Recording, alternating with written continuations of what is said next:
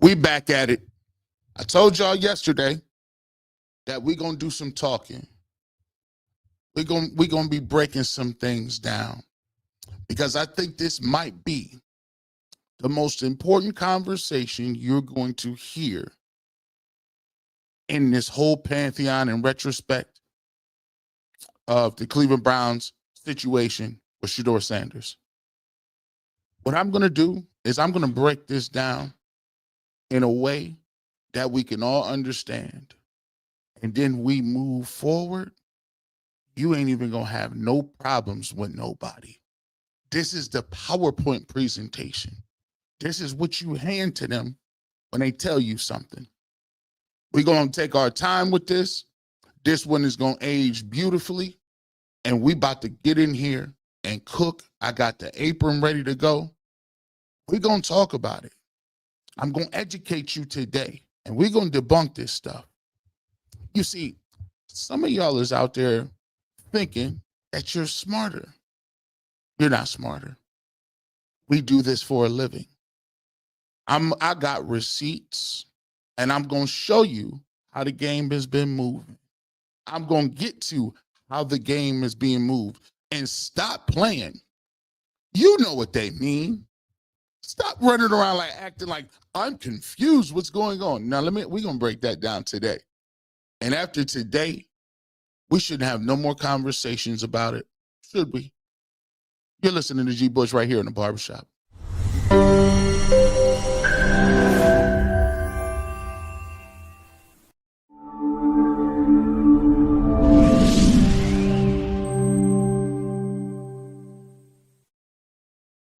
Quality, service, atmosphere. You're next in the chair. Feel at home in the Barbershop. G. Bush offers a fresh cut on sports. The Barbershop isn't just grooming for guys. It's culture. It's lifestyle. It's sports. And it's now the Barbershop is giving the sports scene a sheer shave and shine. Join the makeover now. Follow Garrett Bush at GBush91 on Twitter.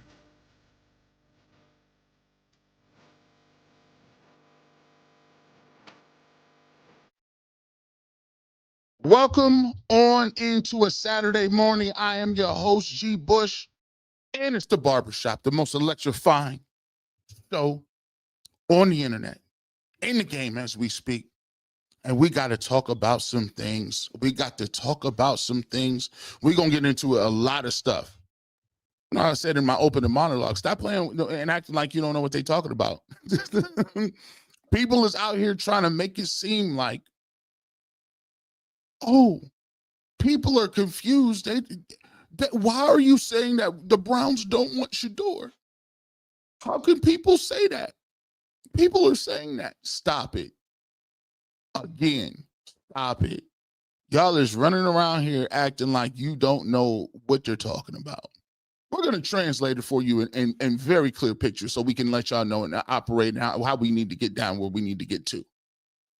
Because you know good and well, they're not saying that.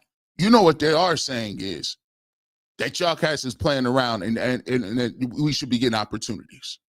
Second of all, we got to go over something. And this is the thing that I'm starting to wonder and I don't understand. Why everybody be silent on where y'all be at on the weekends? Y'all notice they be quiet. Where everybody at? The streets is quiet right now. Anytime something don't fit the resolve or the narrative, all of a sudden the streets is quiet. Twitter is empty. Where's the tweets? Where's all the? We got to get to it, and we also got to get to this. Can we finally say something? Can we really get to this?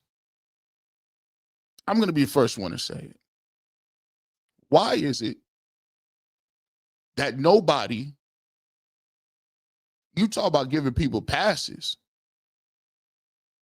3 or 14? 3 or 14? This is the stuff that people be talking about, man. Because you're insulting people's intelligence when you keep coming out here trying to say that that this guy is better than this guy, that this dude is better than this. He's been always better. He's a supercomputer. He don't make mistakes. This is the stuff that we always talk about, man. And when I get to a situation where I ask people all the time, what makes you believe that Kenny Pickett is not an individual that is going to be able to do what he needs to do? And every time somebody asks him about him, they say somebody else was railroading Kenny Pickett. I bring up the simple fact that you got different things that need to go on. As this alarm goes off. Where's this alarm? We can't hear. Oh, that's my alarm right here. There you go. That was that was take my medication alarm. But we're good. But as we was cooking before, why every single time that we start talking and you say, well, they want somebody to hold and control the football, and I go back and tell you about, Kenny Pickett's, his hit, what he's done, and I say he hasn't thrown any his touchdown to interception rating ain't crazy like that. What we doing here? They're like, oh, it was Matt Canada. It was Matt Canada. That's what that was. It was just he was sabotaged. I said, I find it ironic that people is willing to, always say somebody got sabotaged. But that same little rebuttal doesn't work for other people. Why is it okay when you say somebody got sabotaged, but you don't understand when people think that the coaching staff is sabotaging Shedeur Sanders? You're absurd. Why would they sabotage him? I could say the same exact thing for Kenny Pickett. It's absurd. The Steelers have how many Super Bowls? Every time you compare us to the Pittsburgh Steelers, what do y'all say? They're a model organization. They have multiple Super Bowls. They have some of the greatest all-time greats. Lynn Swann, Franco Harris, Terry Bradshaw, Mean Joe Green. They got guys, they had quarterbacks. They have 3 coaches in the last 10 years. And you talk about the last 55 years, 3 coaches. And you talk about Mike Tomlin going to the playoffs every single year. You talk about Mike Tomlin all the time and how great of a coach he is. And all he does is go to the playoffs with whoever is at quarterback. But when I ask you why Kenny Pickett didn't perform up to snuff, you tell me that the Pittsburgh Steelers, out of all of the places, they just bent over backwards to screw Kenny Pickett. Stop playing. You know what they mean. Why can you see and understand and have this such a soft spot in your heart for certain people, but other people don't deserve a shot, don't deserve reps, don't deserve anything. He's a 5th round pick, blah, blah, blah. But you squint your eyes and say that the Pittsburgh Steelers, who you praise up and down, railroaded Kenny Pickett. Stop playing. You know what they mean. We've been hearing all training camp about the supercomputer Dillon Gabriel. Now, I've always said this, man. When you play good, I'll give you credit. When you don't play good, guess what I'm going to say? And to my credit, I talked about how Dillon Gabriel looked better than I thought he was looking in the days that I went to camp. But then we had this happen, boys and girls. Exhibit A.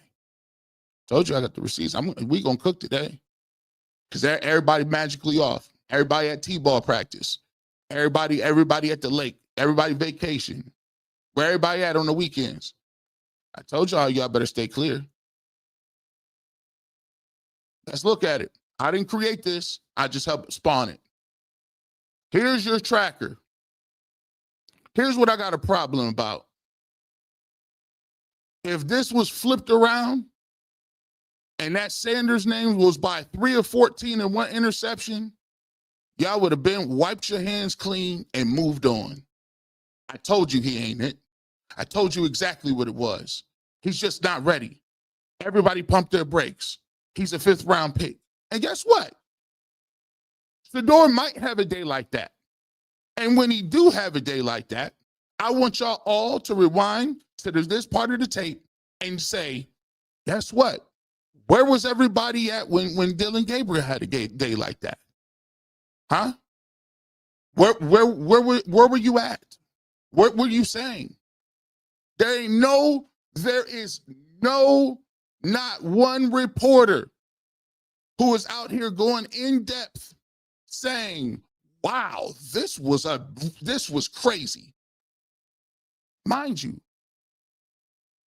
when Shedeur does anything, it's minimized, marginalized, and something is thrown at the end. When Dillon Gabriel goes 3 or 14, everybody's on vacation. Everyone's at the boathouse. Everyone has things to do that they can't write any articles or do anything or say anything because, yeah. And this is a problem you created. Don't try to conflate and try to make it seem like we saying that the Browns don't want Shedeur Sanders on the team and they're the one that drafted him. And why would they? No, we're saying that the way you're presenting it is faulty. Because when Shedeur goes 7 and 10, or he goes and throws 3 touchdown passes, it's practice. It does not count. He's not getting first team reps. But Dillon Gabriel, when he is getting first team reps, is 3 or 14. And no one says anything. Not at all. That's what they're saying. You see, you got to watch folks. They're good at it. They do this for a living. It is communication. It is persuasive talking.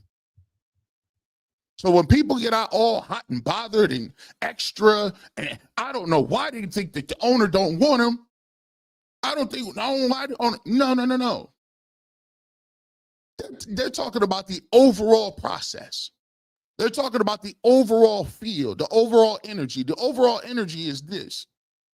It doesn't matter what they actually do in the field. You're assigning traits to people that is not evident on the field. The person that is 7 of 10, the person that gets all the touchdowns, the person who's thrown the most touchdowns. Who's thrown the most touchdowns in camp? All together, boys and girls. Shedeur Sanders.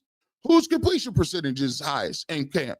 All together, boys and girls. Shedeur Sanders. Matter of fact, Joe Flacco was 9 of 13. Do you know that these are Joe Flacco's first 2 touchdowns? We've been in camp 8 days. First 2. The problem people have with this situation is this. It's not about who wants who or who drafted who and how it moves. It's the fact that they are seeing and people are seeing him throw, complete passes, ball out, and he's not getting the reps. He's not getting the same energy.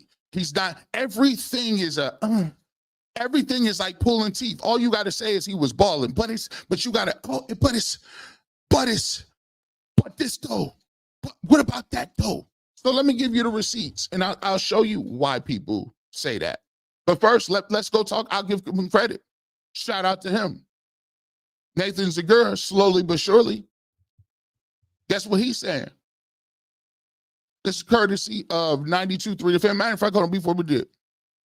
My man, ROI Mindset, shout out to him. He commented below this. All of a sudden, camp don't matter in the NFL when Shedeur is smoking everybody. But let Shedeur have that same you know what, and everybody would be dogpiling him. So if camp don't matter, then why is that where players are fighting for jobs? Say that one again, louder. If camp does not matter, why are all the players there fighting for jobs? Well, my man, ROI, well, guess what? The people that's saying that and the people that's writing that and the people that's saying that in the media, they know good and well that it matters. They just want to apply it to whoever they want to apply it to. If it ain't somebody that I feel like is balling, or I don't really like, or whatever the case may be, guess what? I'm going to say it doesn't matter. But in the very next sentence, you tell me how impressed you are with another dude in practice. If it don't matter, then why DeJuan Jones shouldn't practice? If it don't matter, None of the receivers should be out there. If it don't matter, what is training camp for? Let's get to this. 1,600 in here. Let's get to Nathan Zigur. I'll give him credit because, and this courtesy of ESPN. He was on the morning show with Anthony Lyman and Ken Carman in 92 Through the Fan, courtesy of 92 Through the Fan. Let me see what he's talking about. And he gets right to the brass tacks of the situation. Let's stop acting like he's not balling. Let me put my logo back up here. Let me put the logo up here. Stop playing. You know what they mean. So I understand why it probably hasn't happened. It's tough to get 4 guys first team reps, so I understand why it probably hasn't happened yet. But I do think he has earned the opportunity because he throws an incredibly good ball, a very catchable ball, and he's just so accurate. His ball placement is excellent. They had us play. So this is what you got to pause this right now. This is what we're going to be talking about. The narrative and what they're trying to get away from is, I told you, it's tabloids. All of the who took who and who was behind it, I don't give a damn about none of that. When people come to you with that noise, they tell on themselves. You know how they tell on themselves? Because instead of you talking about what's happening on the football field today, you talk about who picked him. You told on yourself. And the reason they move to those arguments and dance around and try to get this emotional response is because you can't handle the black and white that's on the field, which is, guess what? The plays. Stop acting like this guy is a sideshow, that somebody using him to sell jersey like he Tim Tebow. Stop acting like he ain't been the most accurate. Stop acting like he ain't put the touchdowns up. Stop acting like you don't know what people are saying. Put it back up for him, G. Bush. Stop acting like you don't know what they mean. It's not about what Sanders, who wants Shedeur or who wanted him. It's about the fair opportunity. Period, point blank. It's about the opportunity that his game has shown on the field that bears merits and bears fruit that should be in the game. You got to be smart. That's what they do. You know what a great lawyer once said? If the facts aren't behind you, attack the system. If the facts aren't with you, if the game tape ain't with you, if the narrative don't fit anymore, what's the next best thing? I'll talk about the process. I'll talk about the problematic Shedeur fans. I'll talk about how it's unfair that people question whether Jimmy Haslam picked him or it was Andrew Berry. Don't nobody give a shit about that. Stop. And we have to be focused and unbothered. And every time they come with it, you ask them the same questions I ask everybody else. Did you go to practice? Did you evaluate him prior? What do you think he's doing now? If they say another man's name, they're faulty. Don't you tell me what another man saw. You got the opportunity. Take your ass out to Berea, sit on that sideline, and watch it like I did. Don't you tell me what another man say. What's your opinion?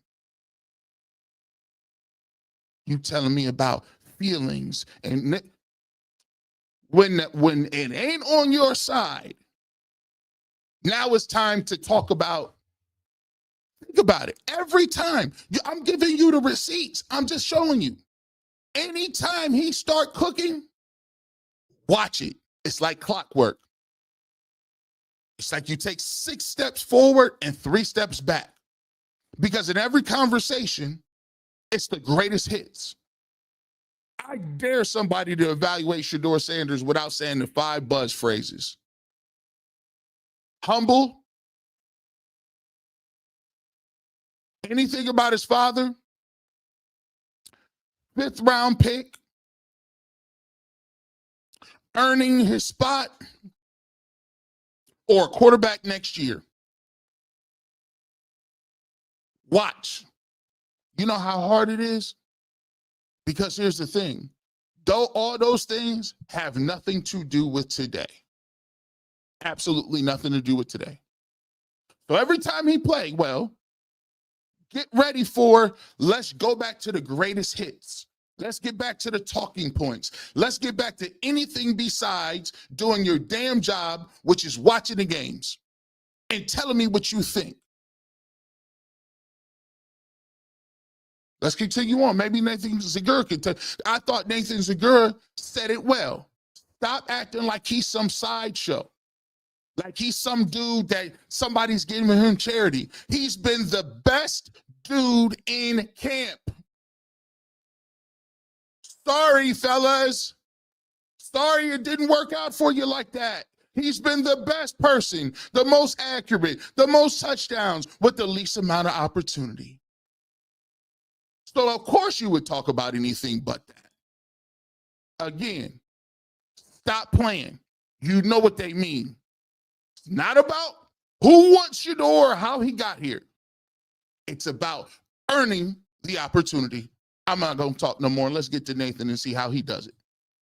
That, it's tough to get 4 guys first team reps, so I understand why it probably hasn't happened yet, but I do think he has earned the opportunity because he throws an incredibly good ball, a very catchable ball, and he's just so accurate. His ball placement is excellent. They had us play at the end of practice the other day. He had a great rollout and a throw there kind of in that live period at the end of practice, which was, I should have been the first question, quite frankly, Ken. Can you believe there was a live tackling period in a Kevin Stefanski training camp? Amazing. Yes, I told you guys months ago that this was going to be a much different camp, and certainly it already is. But back to Shedeur in that hungry dogs, it's kind of the opportunity period. There was a one-on-one for the push-ups on the line. Luke Floria made a great move on kind of a deep over, got around the corner. It had to be late. By the way, I'm waiting for Luke Floria. Luke Floria is out here cooking. Every time you hear that man's name, he doing something. Engage is too. Larva to Engage. Listen, what a name. I like them too. Geared in kind of over him out in front. And it was a perfect ball from Shedeur. So, yeah, I've been very, very impressed with him. And, all people saying, oh, it's going to be a circus. It's going to be a circus. It's absolutely nothing. He comes in, he works really hard, and he's done a great job. Yeah. I know it don't fit. I know it didn't fit the talking points, but all he's done is go out there and ball. All he's done is answer all the questions. But today is the last day. I'm gonna let y'all know something. Today is the last day. I'm leading a new coalition. I'm leading a new coalition. I am now overlooking the Abs crew immediately. You say Abs? I say, yeah, it's a lot of people. It's a lot of media member out there doing a bunch of crunches. You say Abs? What are you talking about, G? Bush, you crazy. The Anybody But Shedeur coalition. I no longer can pay attention to you. I suggest you guys do the same. This is the last time I'm devoting any energy at any level to trying to convince these folks about nothing. Because at this point, when you have numbers that are looking like this, and you tell me that one person can't get reps, but the person that's receiving the most reps, Dylan Gabriel, out of these 3 people, low-key has got more first-team reps than anybody, even Joe Flacco. And it's just not my assessment. Let's go to the other receipts. I told you I want to get multiple people. Let me see if I got it together. I know that's why it takes me some time to get on. And I bear witness. Thank you, chat, for being patient with me. But today was very important because this is the last day I'm going to talk about this, and we're going to get a transition. And I hope people will follow me with this. I hope you will have the same mindset, because I think that they're giving you something, and it's called a beautiful distraction. They're distracting you from talking about what actually counts. So let's talk about what actually counts. Not whether or not you want to keep calling somebody a supercomputer, and stop telling me, well, the Browns think. I don't give it. You know what about what the Browns think? How you gonna tell me what a 3-14 team talking about and what they think and their evaluations, and they miss after miss after miss after miss after miss? No quarterbacks, no development. People leave here and get better. Stop telling me about what the brass of the Cleveland Browns think. I think they better get their act together and get in line. This is Browns film breakdown. You know what they do, right? They break down film. By the way, they got 20,000 subscribers on Twitter. It's not like they got 5 or 6. It's not a mom and pop. They break down film for a living. Let's read it. Mind you, I'm not sitting here telling you this as a knock on Dylan Gabriel. Everybody has bad days of practice. So when they tell you G. Bush is just a hater, tell them to go put it in a clip, go to this point and say, G. Bush already told you what you was going to say, and he said this. Everybody can have bad days in practice. But the problem is you won't even acknowledge Shedeur's good games, let alone bad ones, because he ain't had none. So when you acting like it's just practice and it doesn't matter, and Dylan Gabriel is whatever, and you keep saying supercomputer and you keep saying processing, he's smarter, all this good stuff, he's getting the most reps. So why isn't he capitalizing? You got Jerry Jeudy, you got David Njoku, you got the first team line. Why are you not capitalizing? And why are you not asking that question? It's because you're not concentrating, because it don't matter to you. See, that's what they're telling you, that part out loud. It don't matter to them. See, it's a lot of people in this game that work on feelings. I feel this way and I talk good. But it's a difference between somebody talk good that know good. I don't care what you say. Anybody could talk good. Where's your knowledge base at? Where's your study habits? Well, this Browns film breakdown said the team session that just wrapped was the worst I've seen from Dylan Gabriel this camp. Defense was doing plenty of pre-snap to post-snap movement, and he looked flustered and inaccurate, including an interception, just one period of long camp in preseason, lessons to be learned. But every snap is vital in this process, and that's the part I'm getting at. Every snap is vital in this process, and he still continues to get first-team reps. And when you have a performance like that, and you're willing to go on record to talk about how bad Shedeur Sanders shouldn't be getting reps, well, I think I need you to come on here and say, well, listen, let me go ahead and analyze the reps that he's getting. Again, stop acting like they don't know what you don't know what we're talking about. It ain't about who wanted Shedeur or wherever they want. It's about opportunity. And why is one person getting them? And what is he doing with the reps and the opportunity he's been given? Anybody, I'm done with the abs. Anybody but Shedeur Camp, I can't do it. By the way, everybody don't think like that. Shout out to Nathan Zigur. So some would say, G. Bush, well, how are we gonna, we gotta figure this out. Was it really that bad in camp? Oh, well, just so happens I got this little video down here. And this is courtesy of Cam Justice. Shout out to Cam. This is the compilation. I'm not throwing no seasoning on it. This is what it is. No seasoning salt on it.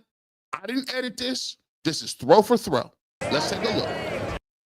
Let's take a look. Let me turn, and I'm going to turn down my volume because I think people talking in the background. Y'all not going to get me on this one. But let me turn my volume down while I play this. And you can check it out. This is all the throws. You let me know what you think. That's not you. You never know.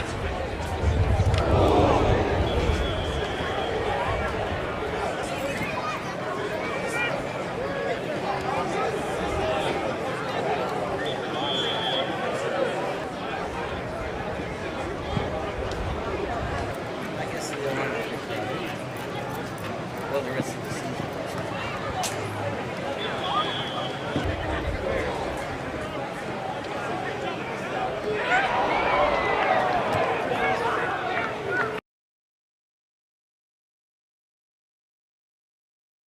I lied to y'all.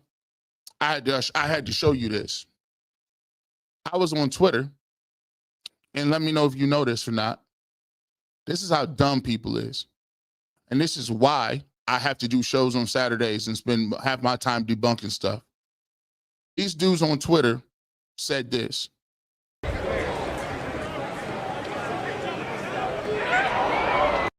Well, the ball went right through the receiver's hands. The ball went through his, I mean, how are you going to fault him for that interception? Because the ball went through the receiver's hands. This is why you Shedeur fans, you guys make me, it's cringeworthy. You guys don't even be watching this stuff. The ball went right through the receivers. You dummy. You dumb as a box of rocks. You do know that the offense is with the Brown. The white is the defense.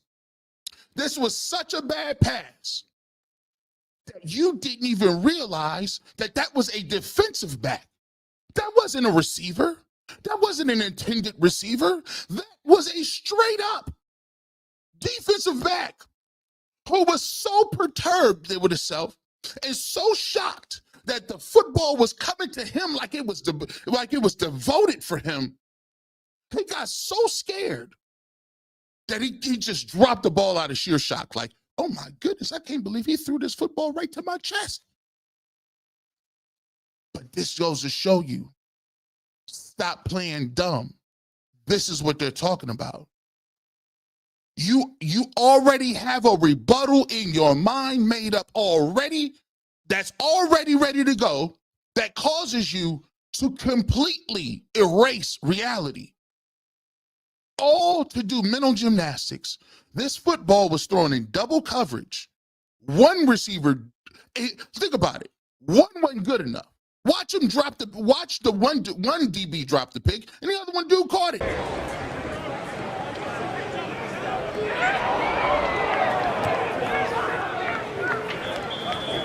By the way, somebody tried to say, well, the ball might have been hit the ground. It might have hit the ground. I mean, but they called it that. You referees out there, are you guys beat reporters or referees?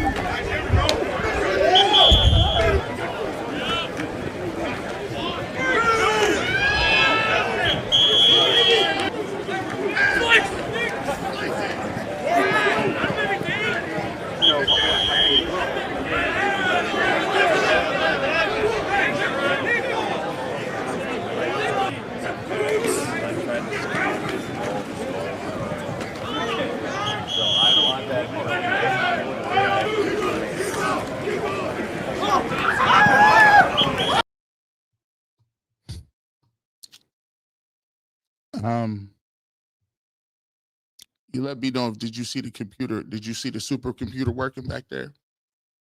Processing and computing power and the power of Intel Pentium 4 processing. Windows 2075. He got all of the upgrades. You know what I'm saying? He running on that super fiber optic internet. because he reading stuff seven steps ahead. His bandwidth is just, put it back up here. Stop playing. You know what they mean.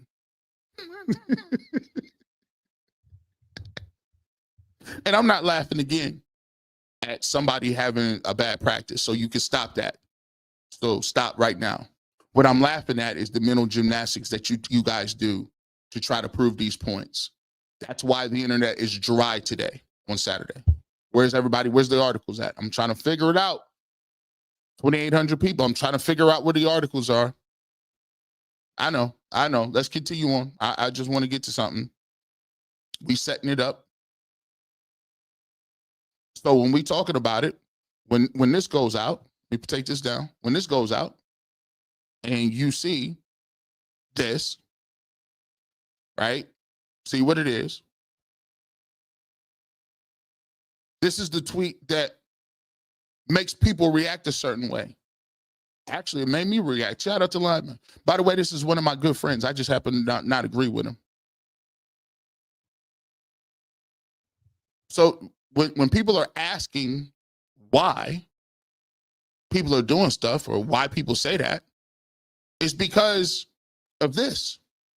I don't think people are truly appreciating how nearly impossible it's going to be for Shedeur Sanders to play well enough to go from a fifth round, fourth string quarterback to convincing the Browns not to draft a quarterback in the first round next year. Because this is what people are saying. It's the fact that this is the circular argument. The circular argument is, well, everybody else is better than him, and he's a fifth round pick. No, they're not. I just showed you 3 or 14. Shedeur has outplayed Dylan Gabriel since day one. Mini camp, rookie camp, all the camps. He's outplayed him. But the fact that nobody will admit that is crazy. It's the reason we have a tracker now, because people was blatantly not really being honest about what the game was looking out like out there. So you say we have a situation where the Browns are going to draft a quarterback, but at the same time, you're saying, I'm not willing to give him an opportunity to get first team reps to show what he can do, but Dylan Gabriel can and go 3 or 14. But there's no logical reason as to why you're not giving him reps when he's outplayed him. You fall back on a fifth round pick, but you negate what you're seeing on the field every single day, so that you can go back. So you could go back to draft another quarterback without giving this quarterback the opportunity. Again, the whole narrative about Jimmy Haslam and who wanted who and how this was going to work and Jimmy and the Browns drafted him. Why would they sabotage him? Stop acting like you don't know what they're talking about. They're talking about the fair and equitable opportunity to get first team reps when you've outplayed everybody in camp. That's what they're talking about. It's not rocket science. You don't have to but you can't play them games with me. I already know what it is. And what I said right there, we should be questioning the Browns' talent evaluations across the board. We all know their track record. It's obvious they missed on multiple free agents, trades, and draft picks. We are the dummies that fall for it yearly. We have not won a division title in 36 years. My premise has always been solid. My premise has always been this. Who do you think you are? Who do we think we are? We have been a laughing dumpster fire for 40 years.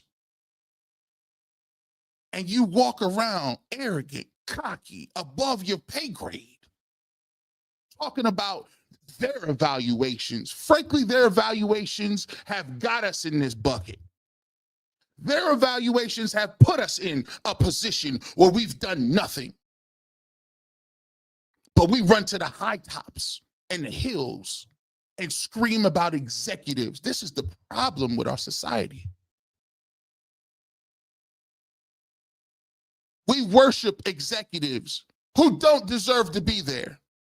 We give them money and bailouts to tank organizations, and we still toil in midlife, in mid-earth, trying to pay your bills. And they tell you, no, no, no, we're the smart ones. Really, you are? How you getting a bailout? How everybody from Harvard and MIT and you put us in a housing crisis. You crashed the stock market with mortgage-backed loans. And the government runs to them and hands them a stack of money. We'll bail you out.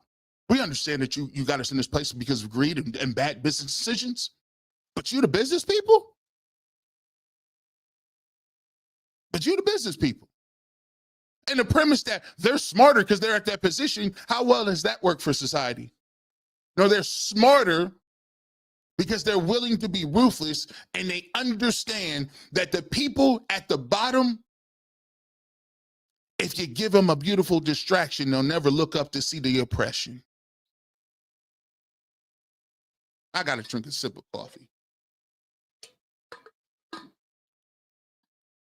But every single time we turn the radio on, we got the general manager and how great he is. I'll show you a terrible team with losing records if every time those teams in their media big up general managers. Here's the thing. Let's be honest with you. You know the reason I can talk spicy like this? Because I don't want no coaches on my show. I don't want no general manager interview at all. Not one. I don't want to ask you no questions at the press conference. You know why? I want to come in here and give you smoke when you do stuff that's stupid. No. Why are we give you the keys to the organization. We let you be here 6, 7, 10, 12 years. And then you tell us how nearly impossible it's going to be for a guy who's outperforming everybody to get reps. So I almost said something bad. So these evaluators can pick another one? They be playing around with the wrong one. They be playing around with the wrong one. I would let them know, listen, you better eat your dinner right now. I don't want spaghetti. I don't want any. I want to eat. No, we gave you. It's wild to me, man. Go in here. You got a whole. That's the craziest thing in the world. That's like you come home from work. You like, yeah, man. We just went to the grocery store. You got all them groceries in here. All them groceries. We just went. We spent $300 at the grocery store. You get back, you come home, you like, cool, bet. Whatever you're gonna make, I'm just hungry. Whatever, do your thing. I'm just hungry. You know what I'm saying? Or if you don't even want to cook, I'll cook it myself. But you done lollygagged around. Now it's 6 o'clock. Okay, cool. Whatever you cooking. You go in there and be like, yeah, I know I got all this fresh produce. Yeah, I got all this meat in here. I got all this fresh dairy. But you know what? I don't know if it's any good. So what you mean you don't know if it's any good? I don't know. This is the first time I went to that place. The only way we're gonna find out if them steaks is good is if you outcrack that package, right? So you about to cook them steaks? Hold on, we'll see. 7 o'clock roll around. You like, bro, I thought we was eating at 6. Nah, 7 roll around. Hey, what we doing? I was contemplating on them steaks in there. I'm like, all right, well, listen, if it's too much, just let me know, because I'll throw something else in there that you get done quick. What else we got? Some other stuff in here. I might, how's about a salad? Fine, salads is cool. Just throw some chicken on there, great. I come back in there at 9 o'clock. I'm like, what are we doing? It's 9 o'clock. What are we doing here? And then finally, you'd be like, you know what? I didn't want none of those things, to be truthful. I want to order Uber Eats. How long that's going to take to get here? 2 hours. Under no circumstances. No. Under no circumstances. You got food in there that is ready to cook today in 5 minutes, but you slow played it, changed your mind 3 times on what you wanted to make, and now you're going to give me another ultimatum where I got to wait another 2 hours on Uber Eats? You got quarterbacks in your room today. You ain't going to use them. And if you do use them, you plan on using them late. And then you going to tell me that we talking about a quarterback next year? Boy, come on, boy. Listen, I could have made the meal myself. I ain't got no time for that. I have no time for that. And let me just show you how they be cooking this thing up. Let me show you this. Because this is a follow-up tweet. I told you I got a lot of receipts here. I got a lot of receipts. And trust me, we're going to end this on a positive note too. Because I know you, which is the thumbnail. For all those sticking around, you better hold on. Coming up here in a second, after we get to some of these chats, I'm going to tell you why your boy, Shedeur Sanders, is in Cleveland for a reason. And this is the best place for him.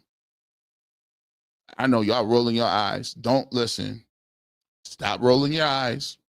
Both some of y'all is like, nah, G. Bush, nah. Wait, I'm going to show you. But let's get to this. Now, after I done told you what the trades and picks, you know I got to come back with the wild tweets. This is somebody put under my comment. Steve, higher guitar strap era, says, we aren't questioning 31 other NFL teams' evaluations, though. Gee, I know you like to keep it a buck, so let's keep it a buck. The Browns are the ones that drafted him. They even traded up a few spots to make sure they got him. Everyone else let him slide that far, too. Let me just throw this out. Yeah, I do like to keep it a buck. Here's what we're going to do. Just because you take somebody, does that mean it's the right person?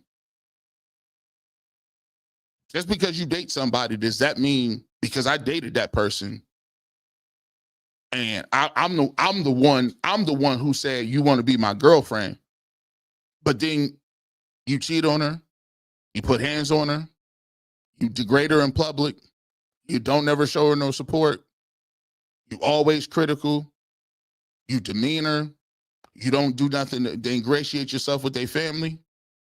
Does that give you any premise to say, oh, but I'm the one who was in a relationship. I was the one who picked her. What do you mean? There's no way I treat her bad. Just on the premise alone, I'm the one who went with her. Nah, bro, just because you choose a relationship don't mean you doing right by a person.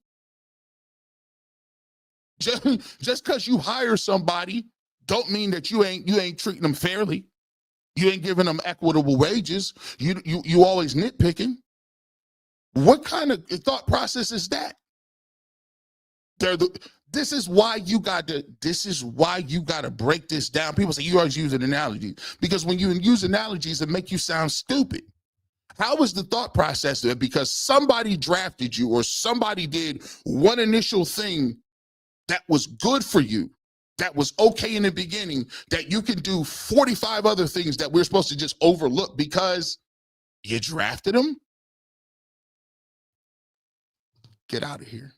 Oh, and by the way, we aren't questioning 31 other teams' talent evaluations, though. Why would we?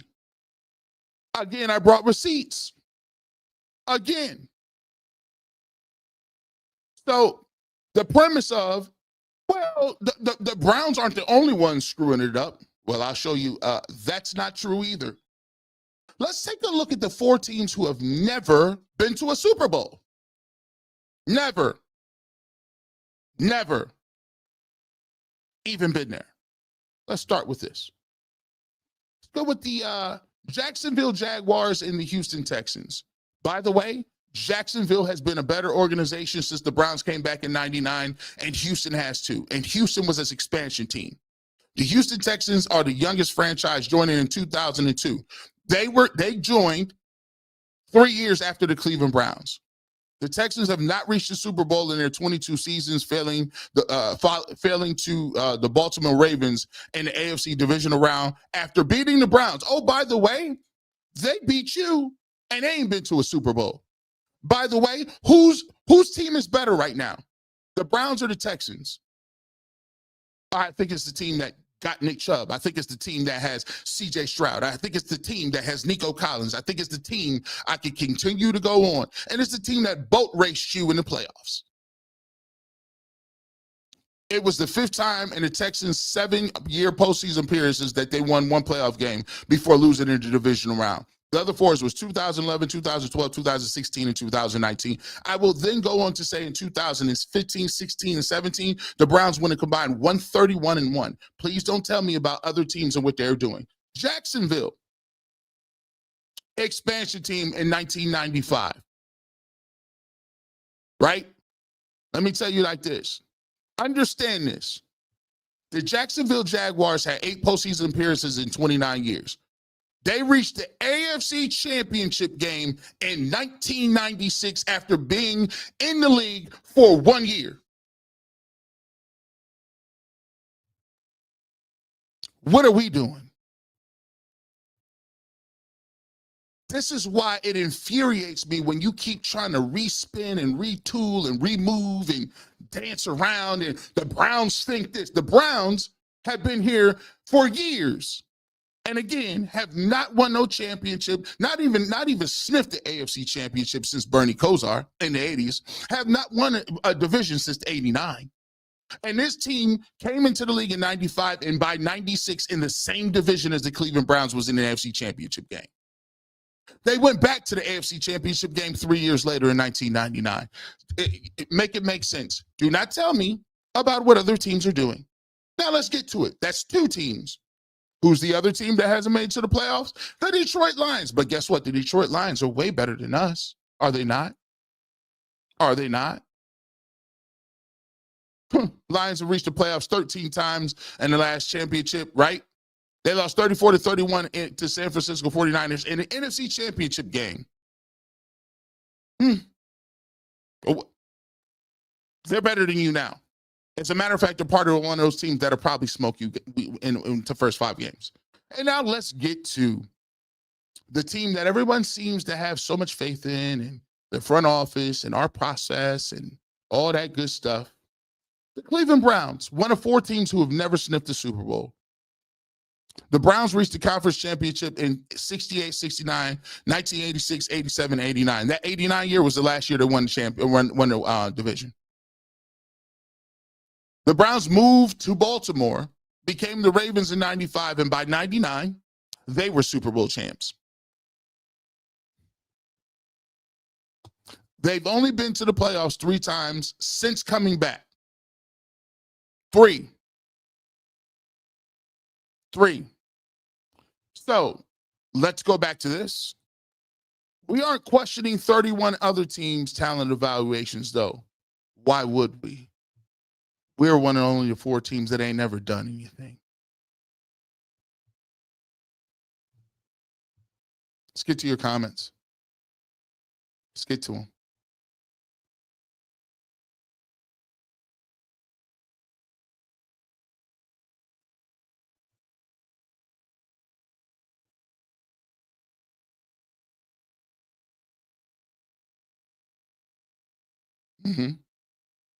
No more apologizing for going 2 hours. We here for it. Nephew about to light it up. Go Browns, anti-approved. We appreciate the super sticker. Jones CP3. The narrative around him is we want to bring him along slowly, and in the next sentence, we don't think the quarterback of the future is in the draft. Thank you so much. Y'all think that's the part, that's the only part, and once again, I want everybody to get it out now, because when I transition to where I want to go with this next, I think I'm not doing this no more. I just not. Why do you guys think why do you think that's I think the most indignant part of why people be so upset is that they take your intelligence and they just they think that they're doing literary masterpieces on you. At but at every single step, there's a walking contradiction. Bring them along slowly, but don't put him in too fast, because we don't really want to actually give him an opportunity, because he might actually turn out to be something. He's a 5th-round pick, and Dylan's a 3rd-round pick, but he's been outplaying him since day one, and it's painfully obvious given the numbers as well as the film that people see, but you keep saying it as if we didn't see the film. It's people, this is why I always tell people like this. It's a new day now, where before, and this is the dangerous part about it. I grew up in an era where there was no readily available film where you could just watch tape yourself. There wasn't a Twitter where people was at camp putting up clips up. You just had to go on the word of somebody that wrote an article in the newspaper that got distributed to every household in America. Do you know what type of power that is?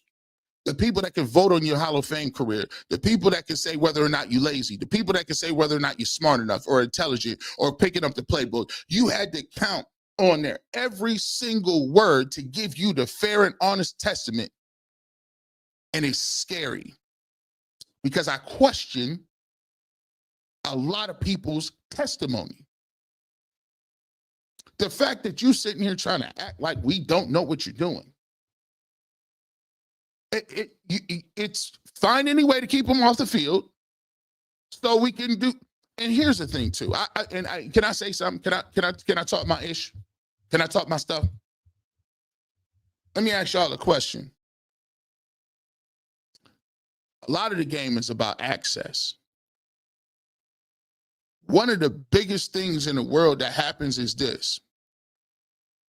What happens if he does become, I don't know, a franchise quarterback?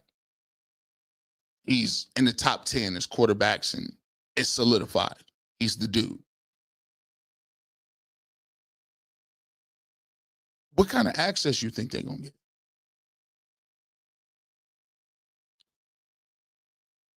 I mean, think about it. If you already have well-off media, why would you, what type of access are you giving? He already has a platform where he can go directly to consumers. Where's your exclusives? Where's your interviews? Where's the inside information? Because everybody got a person that they talk to. Where's the inside stuff coming from? A lot of this has to do with access. And access is gold in this industry.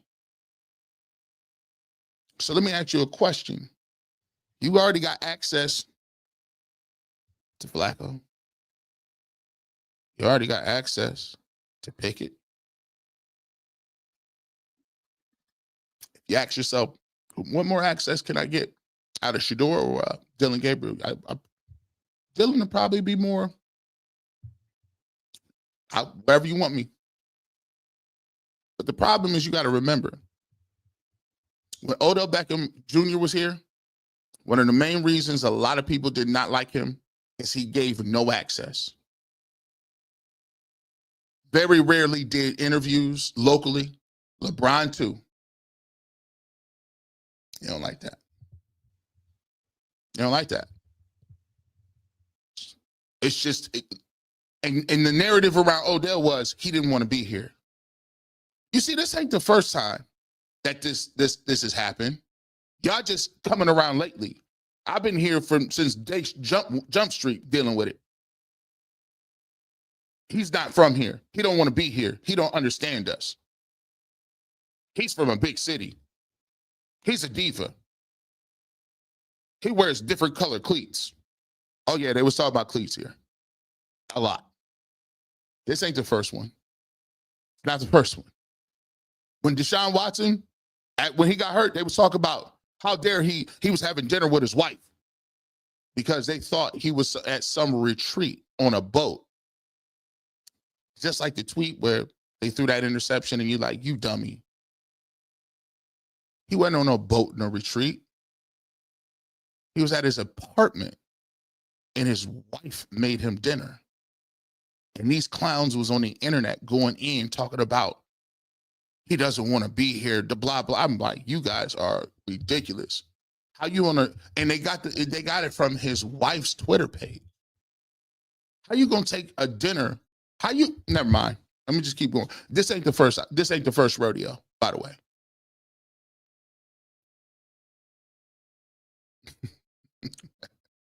James Cosby. Like I said, like I've been saying, this football team has a fantastic young man in Sanders we could use, and they know it. But, you know, like here we are again. Can't suppress talent. Cream always rises to the top. Nephew got the it factor in spades. You're right. He got the big joker and the little joker. Bush, you were cooking as always. I'm telling you, when Stefanski said the backups usually don't get reps at practice, keep telling the truth. Mary S., I appreciate you.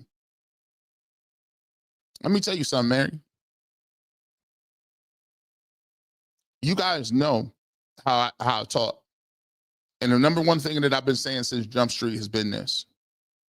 What God got for you, no man can take it. Nobody. That's just how I feel.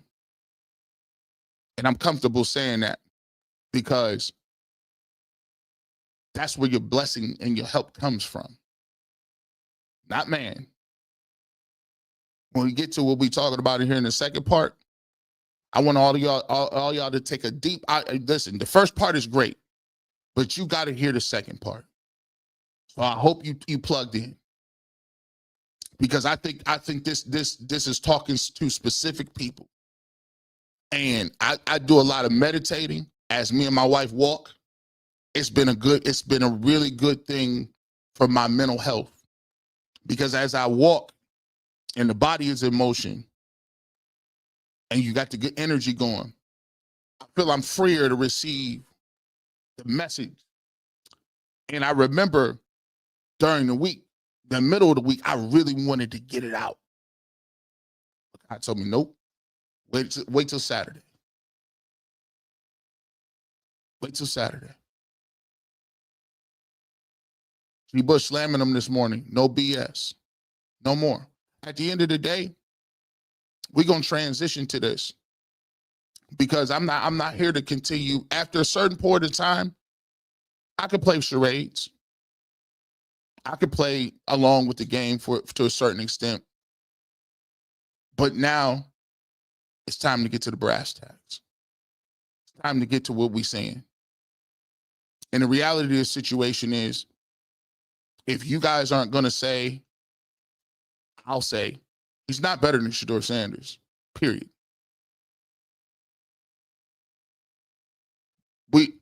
He knows that. They get it. And the thing is, sometimes you got to let other people play their way out of a position. I've been saying all along, when you get on the field, it's what you do on the field. I truthfully believe that. I stand on that. So when people are saying something that ain't got nothing to do with the football, I got a problem with it. Because you violate. That's like somebody that devoted their whole life to building spaceships, and then you let people that are art majors come all the way up in the business and tell you how spaceships work. After a certain time, you can play along with it, but as they keep getting cocky with it, you just be like, oh, whoa. Listen, I was being nice to you to start. I was being nice. I was trying to, hey, kumbaya, everybody get along. But when these numbers right here come out, when these numbers like this come out, you question. The numbers like this come out and everybody gone. Don't you wait to get no heart on Monday or Tuesday. Y'all get heart on Monday and Tuesday. Because if the shoe was on the other foot, you'd be cooking right now. you'd have breaking news.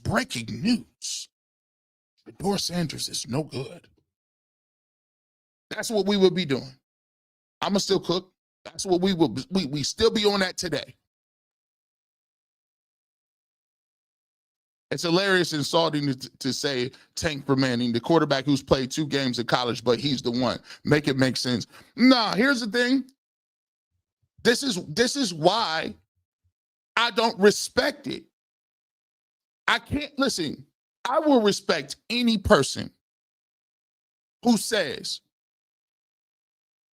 if my opinion is there are better quarterbacks in next year's draft, if that's your opinion, and any person can do this, that's why it insults me. Any person can do this. If that is your opinion, go pull it up on YouTube. You can literally watch every single game of whoever you want. It's there. And it don't even have to be no director's cut, no all 22. Just go and watch it.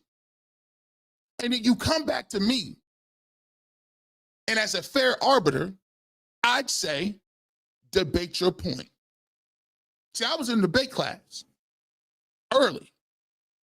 I have no problem with having a conversation with people based on merit and ideas and difference of opinion on whether or not you think somebody is good. But guess what? We can have exchange of thoughts and go back and forth because I respect you, because I know you mean what you say. And you're gonna, you know how you show me a person that spends time on something, and I'll show you a person that's serious about it. And if you go and say, I watched all of this, and I'm gonna tell you why Arch Manning is better than him. I'm gonna tell you why Lenore Sellers is better than him. I'm gonna tell you why Cade Klubnik is better than him. I'm gonna tell you why Garrett Nussmeier is better than him. I'm gonna tell you why Drew Aller is better than him. But when they say point blank, period, that next year's class is better and they haven't played a snap, but this year's class, or the guys that are in camp, who you are seeing snaps from, who you are seeing reps from, who have tape, who have already done it in college, you're saying the unseen is better than the seen. I call that narrative-based lying. Because even if it was your opinion, you will do the work and have an informed opinion. But you say, what quarterback you want? I don't know. I'm not an analyst. I talk to other people. I don't got the time to be looking at tape. I don't know what the quarterback's supposed to be doing anyway. So how do you have an opinion that next year's class is better, sight unseen? Your son come home. He got 3 Ds in a row. He gonna tell you, don't worry about it, Dad. Next year I'll do better. What? If you don't get your next year, I'll be better. You ain't gonna make it to next year with all them D's and F's. You prove today to earn tomorrow. But they say it in. People be such charlatans. They think that you can say it a certain way and it's just gonna hit. No, it's not. Stop playing with me. Matter of fact, let me put my thing back up. No. I might mess the flow up, but I gotta go. Stop playing. You know what they mean. And you wonder why people get upset because you talking about next year. You wasting people's time. You got the nerve to sit here and be mad at Myles Garrett for calling out the truth. You is wasting people's time and energy. Wasting my time. What arrogance level you got to say that I'm going to hold everybody back because I feel a certain way? I'm going to waste everybody's time because I feel a certain way, or our timeline ain't this. You will be in the unemployment line messing with G. Bush. I'm not playing around with y'all. And by the way, they'll rub your shoulders. I'm letting you know right now. You go ahead. I'm ready for the smoke outright. You think I'm gonna play around with y'all all season?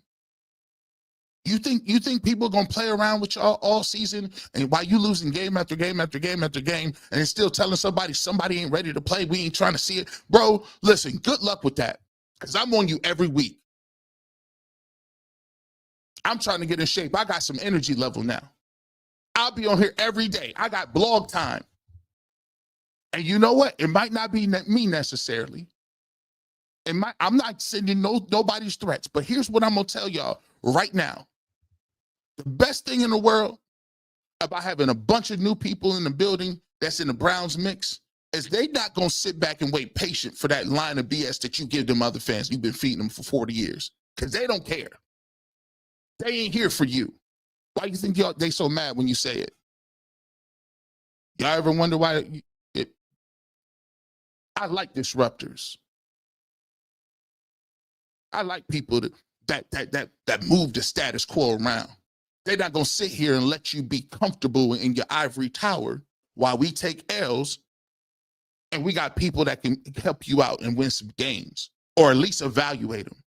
See, they don't care nothing about your doctrine or how long you've been here or going to the muni lot. They ain't going to the muni lot. And guess what?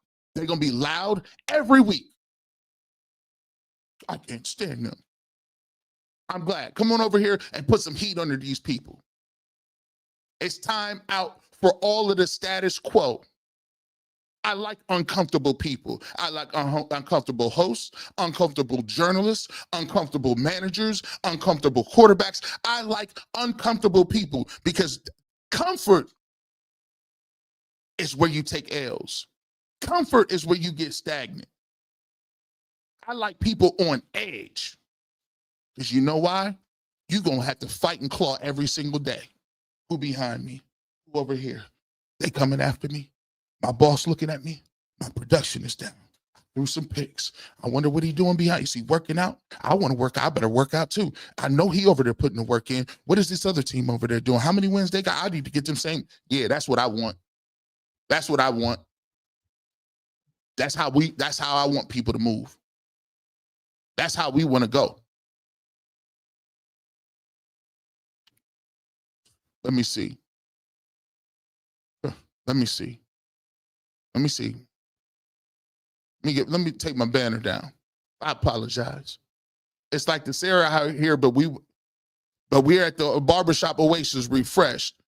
They should sip some of the ice cold truth. It's there.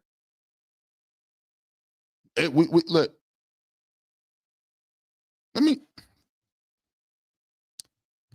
There's so many things. This is why.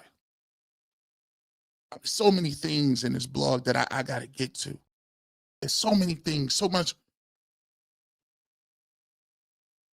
Because I look at a direct representation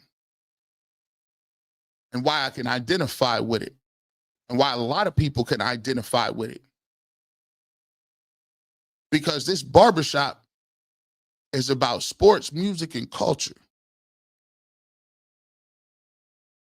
And I purposely put the culture in there to always remind myself to understand what and where you came from and how you got here.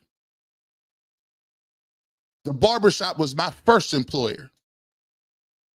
It will probably be my last. Because when you out here and they don't, and we know when we talk about opportunity, we know about opportunity. I remember working as an intern at places, no names necessary. And I carry this with me to this day here. And it is the reason why I am unapologetically willing to tell the truth at all times. Because this was the defining moment that put me where I'm at today, and will continue to drive me no matter what people say. I interned at a place, did what I needed to do. I showed up. I drove my car in the snow, the ice, I graduated with honors from Ohio Media School. I received the Cleveland Association of Broadcaster Award, scholarship. Mind you, I got 2 bachelor's degrees, one in communication and one marketing from Ohio University. I have a Series 6 and 66. After I graduate college, I go to Ohio Media School. I drove from Canton to Cleveland. That's about an hour. 3-4 days a week. After that, I did intern hours. I had the most intern hours of anybody. I got an internship day 1. I remember going into a meeting with an executive, and I thought the meeting was going to be a meeting about possible employment. I get to the meeting. We start talking. And the meeting took a weird turn. Because in that meeting, instead of talking about opportunities, talking about what I've done or where I go from here, it quickly devolved into him giving me resume writing tips for when I give my resume to other people. What? I said, what? Resume writing tips? I'm in my 30s. I said, hold on, let me look. I'm looking at my resume. Mind you, this is the same resume that helped me get a scholarship. Same resume that I got a scholarship for a week prior. Oh, by the way, he was there when I got the scholarship. I said, wow. At that point in time, I learned one of the most difficult lessons in the world. Sometimes you're going to have a different opinion of yourself than other people will. And I take that with me everywhere. Even though I had 2 bachelor's degrees and I had a broadcasting degree and I had all these accolades, to some people that don't matter. So what do? You can sit there and cry, or you can believe that God gonna put you in a position that nobody can take you out of. I looked at this logo. I said, I want that logo. He gave it to me. And that logo means something more than just sitting up here talking about sports. When I came in the game, they said you shouldn't talk about none of that. How dare you talk about religion? How dare you talk about culture? How dare you talk about these things that make you who you are? But I unapologetically do it. You know why? Because he told me, if you do what I say, and you stand on what I tell you in the principles and how to live, and you openly talk like you talk, I'll make sure you never lack. And I believed him. And to this day, I grew up in the city of Cleveland. I ain't never had no full-time radio job. I ain't never had no, till UCSS came along, until other things came along. He told me, don't worry about it. You're going to use this to get where you need to go. So some people, you think you getting marginalized, you think they looking over you, you know what your resume is, you understand what your principles is. Don't mess it up. You know where you're supposed to be at. You know where you're supposed to be at. And this flows right into what I want to talk about. I'm gonna get to all these super chats, but I gotta go and get to this. And it's exactly the reason Shedeur is in Cleveland, for a reason. Coach Prime's health struggles made me realize something about his parallel with Shedeur's struggles. When you look at Coach Prime and you listen to him, one thing that stuck with me was he said in the interview, I never questioned why me, God. He just said, I knew you was going to bring me through it. I never questioned it. I never told my sons, I didn't tell them, I wanted them to concentrate on their thing. I said, man, that's strange. Man, he didn't tell us it's too Shiloh and Shedeur. Nah, I ain't tell them. I wanted them to concentrate on what they needed to concentrate on. And it dawned on me. In life, as you grow up as a man, God puts you in positions where you need to do something bigger and greater. And the place that you are at is where you're supposed to be. Coach Prime, ask yourself this. One of the best athletes, one of the best to ever do it. He then had toes amputated, circulation problems in his legs, bladder cancer. You ever ask yourself, dang, why he get all these afflictions? What? Because when you openly profess certain things, get ready for all hell to break loose. I had to go back to myself and look at a story that I always remind myself when I think I'm feeling bad for myself. I go look at the story about Job. And Job was one of the richest people in the Bible.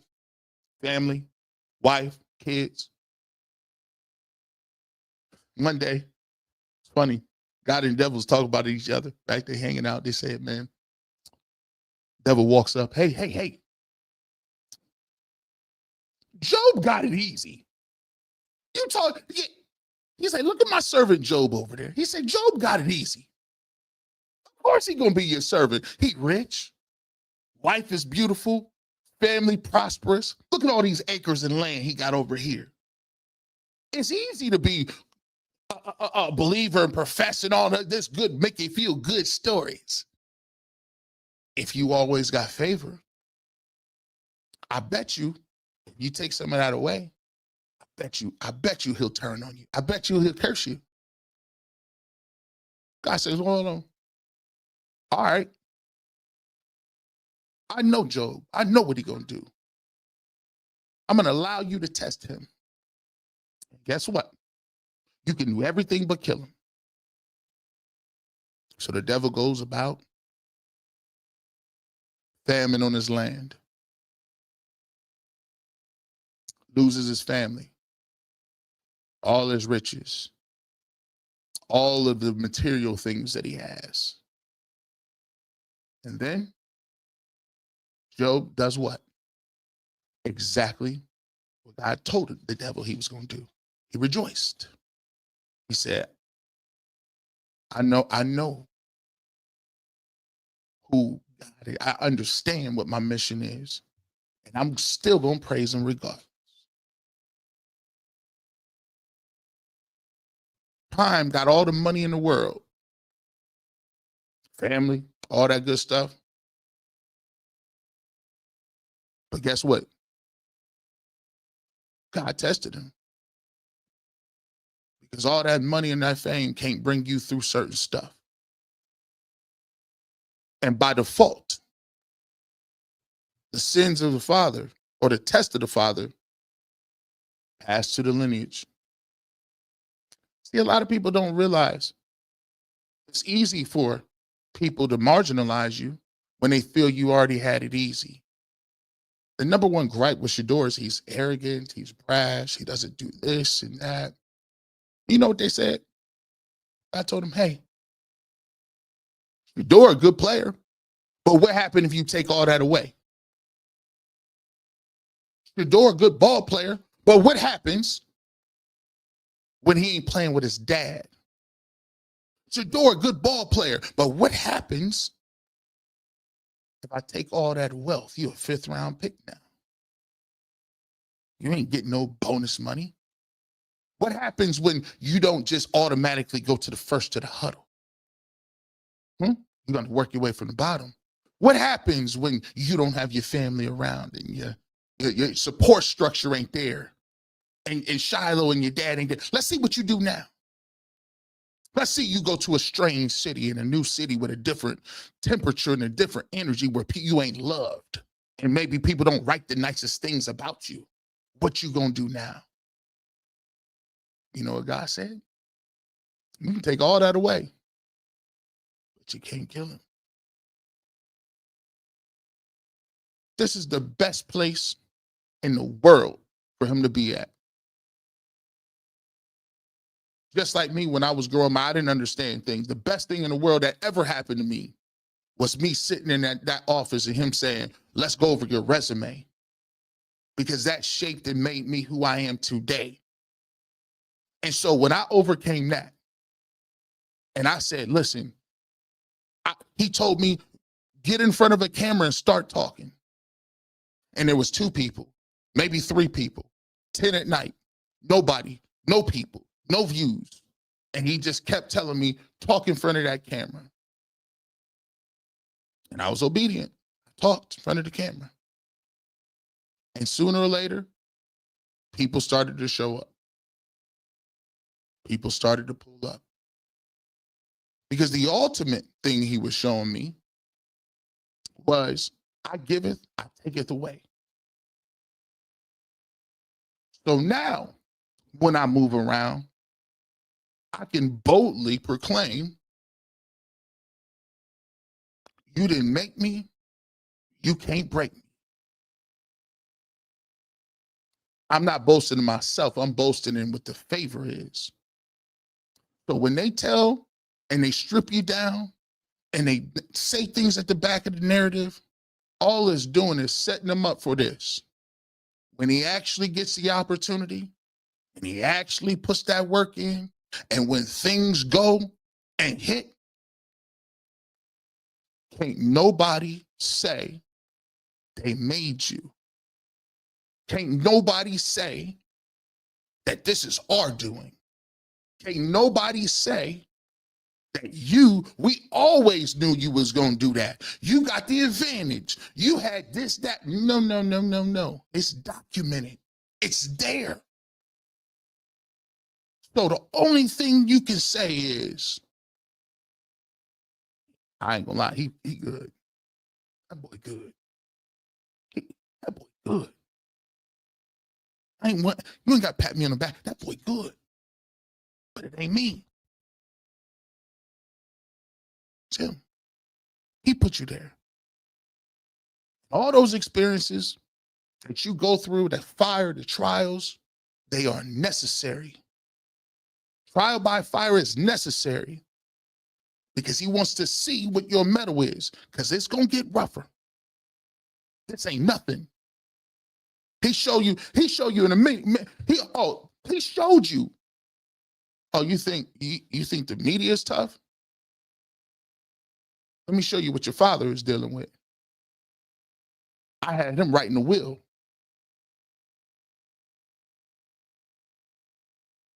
You see, all of that talk about what prime is and what prime ain't. Even when people try to nitpick the relationship, he was still being a father. He was still teaching his son, and God was teaching him. You think you're going through something? Tap in with your dad. I gave him a trial too. So after you go through that, you're going to be unbothered because he showed you what real life is and what real miracles are and how you came through it.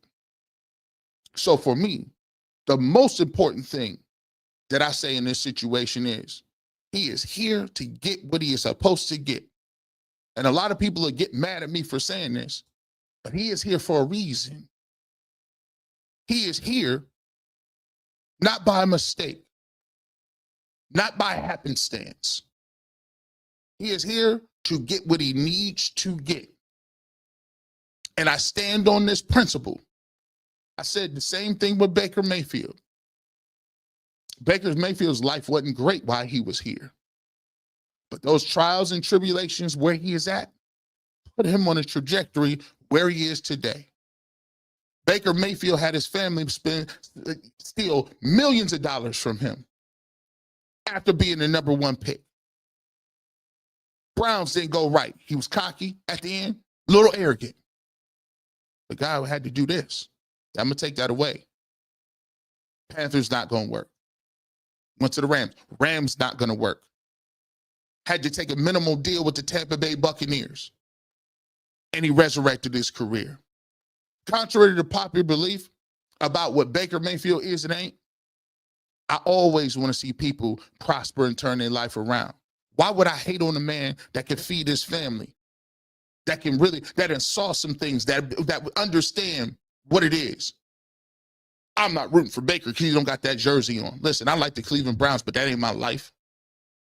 I respect people and men in general. I ain't part of no ideology cult. And if Shedeur Sanders don't get his opportunity, right? I'm mature enough. I'm humble enough. I understand life enough that sometimes I realize that it ain't where you first start that God gonna really change some things, that where you supposed to be at. I had to go through all of those trials and feel like you overlooked, that you're marginalized. They don't give you a shot. It's always yes, but. Yeah, good, but. You talk about stuff we don't agree with. You don't sound like nobody. You use slang. You use ebonics. What is that panda? Why you say that? Who are you talking to? You talking codes. I don't know if you're talking about me or not. But I did all of that to do here. And without each one of them steps, I'm not sitting here talking to you 4,000 people today. He's here for a reason. And I hope the Cleveland Browns, honestly, do an evaluation and realize that certain people can come around and change your trajectory of your life. It's up to you to be smart enough, humble enough, and emotionally intelligent enough to accept it. There's somebody running around telling LeBron James, because he's taller than everybody, that he should post up and not dribble. Fool. Don't project your insecurities on people that don't think like you. At the end of the day, he's here in Cleveland for a reason. And when you take a look at that from my standpoint, more than anything, that's the most important aspect of this whole situation. And finally, moving forward, as we wrap this thing, I always tell people, when you battling and you fighting a war, always understand that objectives change. You can't fight the first part of a war the same way you fight the middle part. You can't fight the middle part the same way you fight a war at the end. There's certain levels, there's certain things you that you have to do to win the war. The first battle tactics ain't gonna work. They get used to them. Your enemy starts to adapt to what you're doing. They start reverting to other tactics. Then now you have to figure out, how am I gonna move on my battlefield in order to block, combat, move, pivot, and win my objective of winning this war. The reality of the situation is, the new tactics is conflate, deflect, and to deflate. You conflating two things. People aren't telling you that the Cleveland Browns don't want Shedeur Sanders. They're telling you that they're fed up about the reindeer games that you plan and trying to act like we don't understand reality and give him a fair shot. That's what they're saying. Deflect. Every single time we try to get back to the field, you start going back to some other stuff and why he's a fifth in this, right? And deflate. You're deflating the spirit. You're trying to deflate people. When they say, look how well he's playing, it's just practice. Look how many touchdowns passes he threw. Oh, it's against the threes. Look how he's doing well in the media. Well, he had to be humbled. Those are the rules of engagement. That is what's going on. So what you have to understand, in like-minded people, you have to change your tactics. You have to develop and figure out, how do we move this thing past the initial stages? My suggestion would be, and how I'm moving, I'm tuning out anybody that say fifth round anything. You might as well be Casper the Friendly Ghost. You say fifth, I'm not listening. I know immediately when you say fifth round pick, I already know what you want. I don't got time for it. I don't. I'm not even gonna give you the energy anyway. I'm not gonna sit here and waste my time trying to defend and trying to talk you out of this fifth round quarterback narrative. Take it as you want. I'm not commenting. I'm not liking. I'm gonna let you sit there with them 4.5 views. I'm not gonna battle with you about that. Because at the end of the day, I think you're just trying to be funny and you're trying to gaslight me and get me to a point where now I'm going to comment a bunch of 1,000 times and try to say why this is that, why this is that. I'm leaving your comment section naked. Ain't going to be nothing down there. No, nothing, thumbs, nothing. Take that. Second of all, if you're not talking about specifics of what they're doing on the field, I'm tuning you out. Tuning you out. I don't need to talk about what Shedeur did in college. I can see what he's doing in the pros. I don't need to talk about what he did in rookie minicamp. He did that, now he's doing it again. I don't need to talk about all these other tertiary things. I'm evaluating quarterbacks on the field. If you're not talking about what's on the field and at a level where you can break it down, I don't want to hear it. You might as well be Casper the Friendly Ghost. You have to stop. I'm done dancing for people. I'm not mentally dancing for nobody. No more. You can say the most ignoramus, off the top stuff you want to say. I'm not trying to convince you. I'm not. I'm just let the work stand for what it is. The work points it out. I'm not getting any comments. I'm not trying to listen. Joe and Chardon or Sam and Cleveland Heights or Brian and Euclid or Jesse and Lyndhurst. I'm sorry, I'm not entertaining it. Just one, like I'm just. So what do you think about the quarterback competition? Crickets. I ain't even been watching it like that, dog. I just been. What'd you think about? Nah, man, I just been, I've been just trying to worry about my health. Really, I really ain't been watching it like that. I ain't got no time for it at all.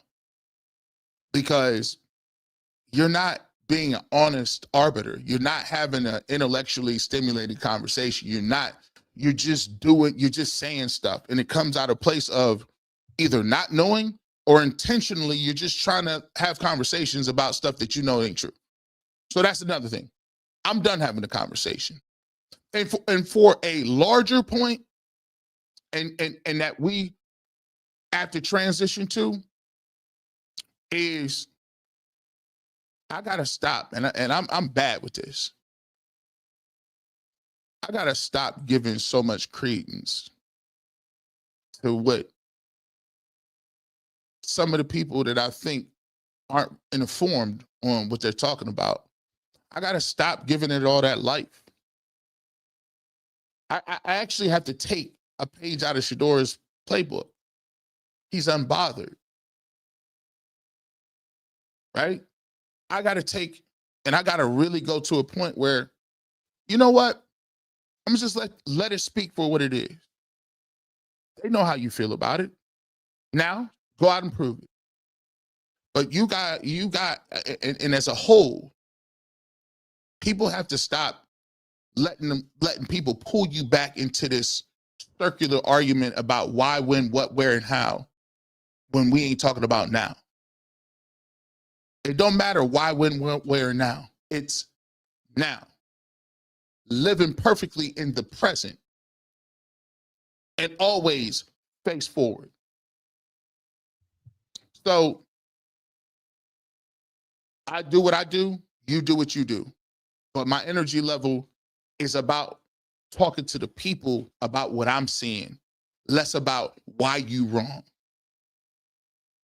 The devotion, I ain't doing it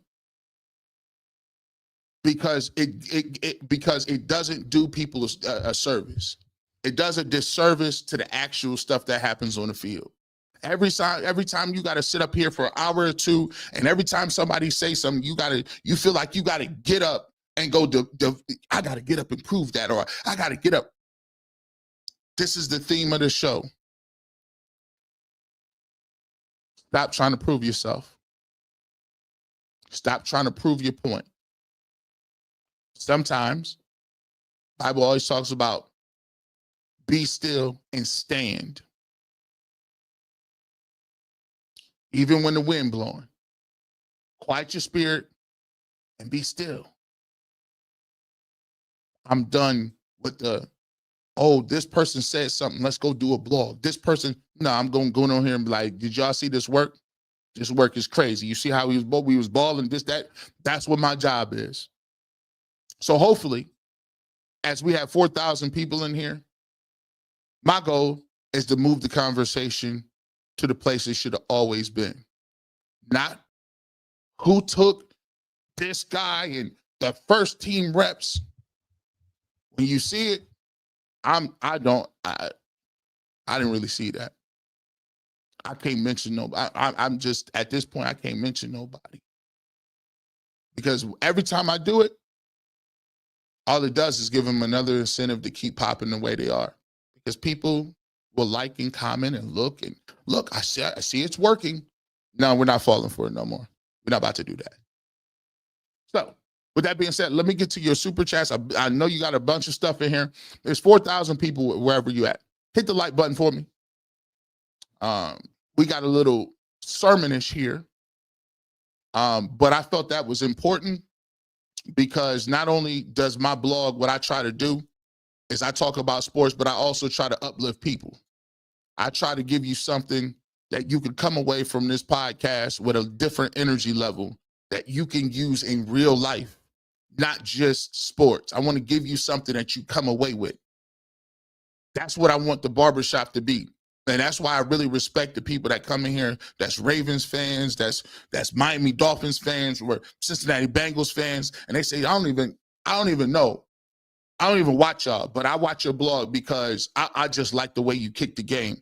I want you to be able to take something away every single time you come in here and say, man, you know what? I feel, you know what I'm saying? I got some hope. I got some motivation. I got some, you know what I'm saying? I got some real life substance. I can go with something. So I appreciate y'all supporting that. And we definitely gonna get to your comments here. Man, we got a lot of them. I'm gonna go through these as quickly as I can. I'll make sure we get to everybody before we go, because I really want to get to you. And I appreciate everybody who is giving super chats as well, and those who don't. Like I said, don't feel pressured to drop no super chats. Like, if you guys, and I appreciate everyone who does, don't get me wrong, but if you want to help the content, the best way you can help this content, I always say, is to like, share, subscribe, so like-minded people can find this type of content. All right, hold on, make sure. At 504 Wheelman, if they don't play with the number ones, if he play with the number ones, he will outplay Flacco. I listen, that day when he get them reps, that's the point. Like, I don't want to make it seem like we trying to talk about no charity speech. The dude can play ball. That's the basis of everything. That's the basis of what we talking about. That's why if he was Tim Tebow, if he was a guy that really wasn't no quarterback that could throw, we wouldn't be even talking about this. Derek Spinner. AB is forcing Kevin to trot him out there and prove that Dylan Gabriel pick was right. It wasn't. Do you want to win, or do you want to be right? I've always said this, Derek Spinner, that I believe only about 15% of the teams in the league at any given time are trying to win. People are willing to win on their own terms, and people are willing to win with people they identify with. But if you was trying to win at all costs, you wouldn't be doing some of the same stuff that you're doing. You wouldn't be doing it. You just wouldn't. You would have a different approach. Reporters mad they have to work now. That's why I be getting mad. They be like, I'm tired of talking about this already. How? How you tired? I'm up on Saturday. How you tired about? And I work 5 days a week. How you tired? Don't make no sense. Don't make no sense. G, you're head and shoulders above them, man. Bridget Maxey 4197. I appreciate you. I appreciate you tuning in. You've been a big supporter. I appreciate you guys. People can't admit owner collusion. It's the American way. Way daily in boardrooms. It happens all the time. Legit Girl 1. Appreciate so much for the super chat. The NFL is liable for collusion. And you'd be like, bro, what are you talking about? Like, we have the proof. We have the facts. They're there. We've been doing this type of stuff everywhere. Why would the owner do that? The same reason Colin Kaepernick don't play. See, you know what? This is why you can't have anything nice.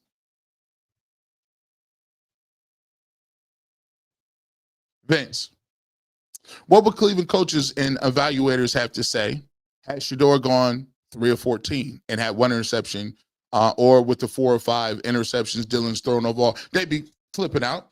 They would have told you, they would have already dismissed him. There would already be people, and they say this now, even though he's outplayed people, I think he's going to get cut. People say that now, he done outplayed all of them. What do you think if he had that type of energy?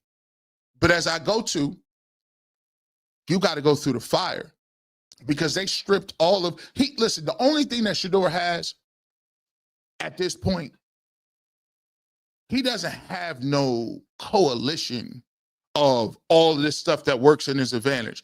Think about it. He has to count on 4th and 5th stringers to catch the ball, get open, and protect him. And he's still completing more passes. These guys is playing with ones and ain't throwing no touchdown. It's crazy to me. But like we said, you can't hide forever. Winter is coming. In the words of the great Jon Snow, winter is coming. Afro Thunder, we appreciate you so much for the super chat. The bullheadedness of the organization blows me up.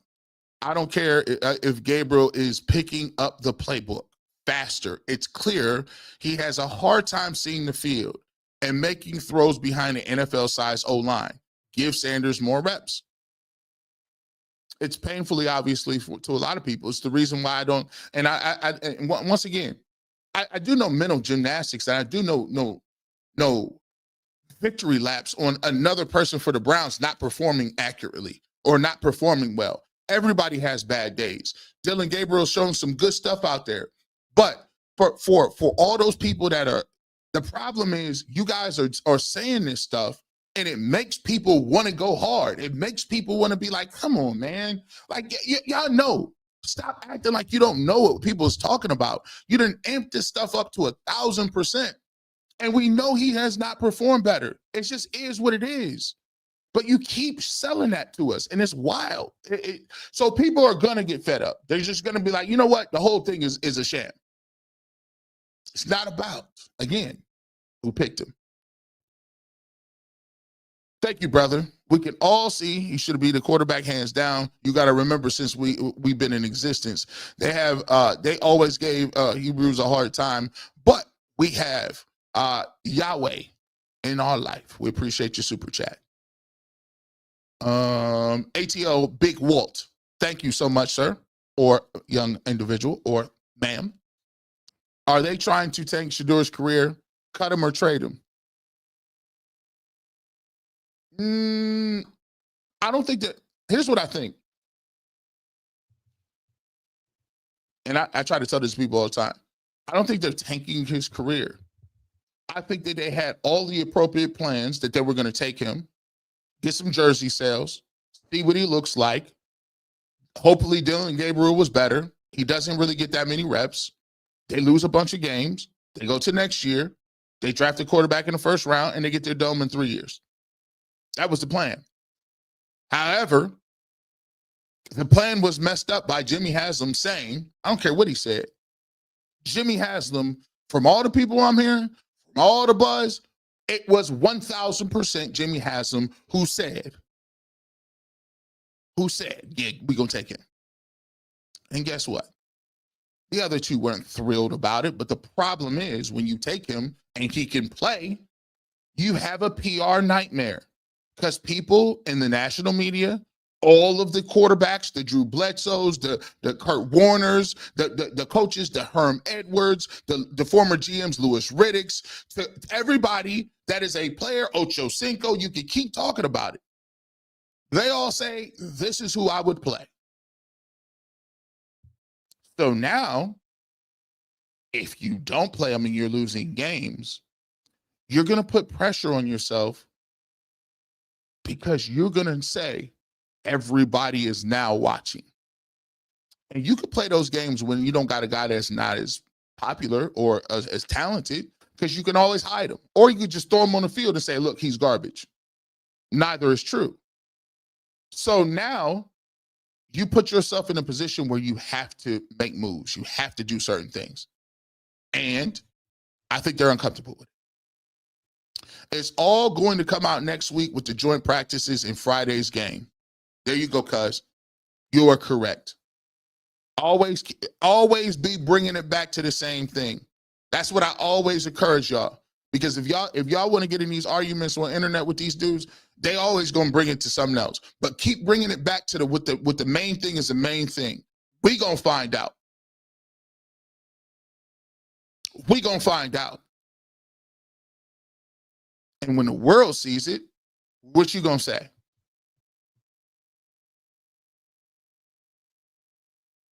Yoshi Doshi, challenge accepted. Most accurate passer in the draft, most intelligent quarterback, can learn any offense. Several offensive coordinators created bad fundamentals to win games, turned around 2 programs, top 10 talent. That's what I'm talking about. You got the directive. You got the directive. Stand on business. No more playtime. We standing on business. But G. Bush, he's a 5th round. What did you just say? I don't know who that was. I can't even read. No more energy to that nonsense. Y'all acting like I am not a lion and you are not part of Siegfried and Roy. Every single time you get that glittery sequin suit on and start dancing around saying, 5th round pick, 5th round pick, I'm not going to be jumping up on no ladders doing no tricks for you. Doing no tricks. That's old. Y'all gonna have to talk. I'm gonna force y'all to talk about the game. Listen, like in battle rap, make them rap. No, you make him rap. Apply that pressure.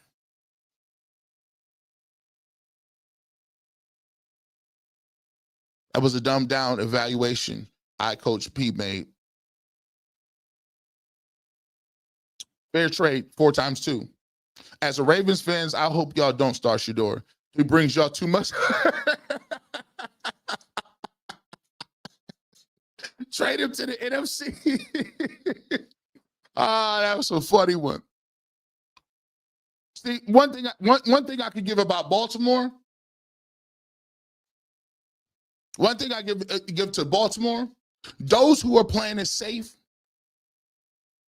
will never inherit the promised land.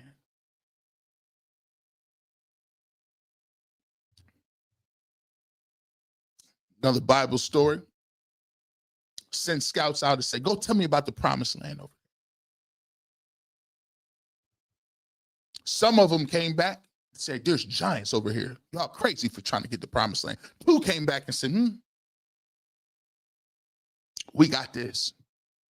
You see, the Baltimore Ravens, the reason why they reap the benefits of it, watch this make sense. Watch this cook. When everybody told the Baltimore Ravens that Lamar Jackson was a receiver, when they disrespected this man in college, talk about you need to just play a receiver, should have won the Heisman Trophy 2 years in a row, he'll never win with that. He's the most prolific running quarterback ever, a 2-time NFL MVP, and the Ravens were so forward-thinking that they went and said, the guy who was in his prime that you're clamoring over right now, and Joe Flacco, who's 90, the Ravens cut him in his prime and said, you're done. We got the new wave. We got the upgraded package.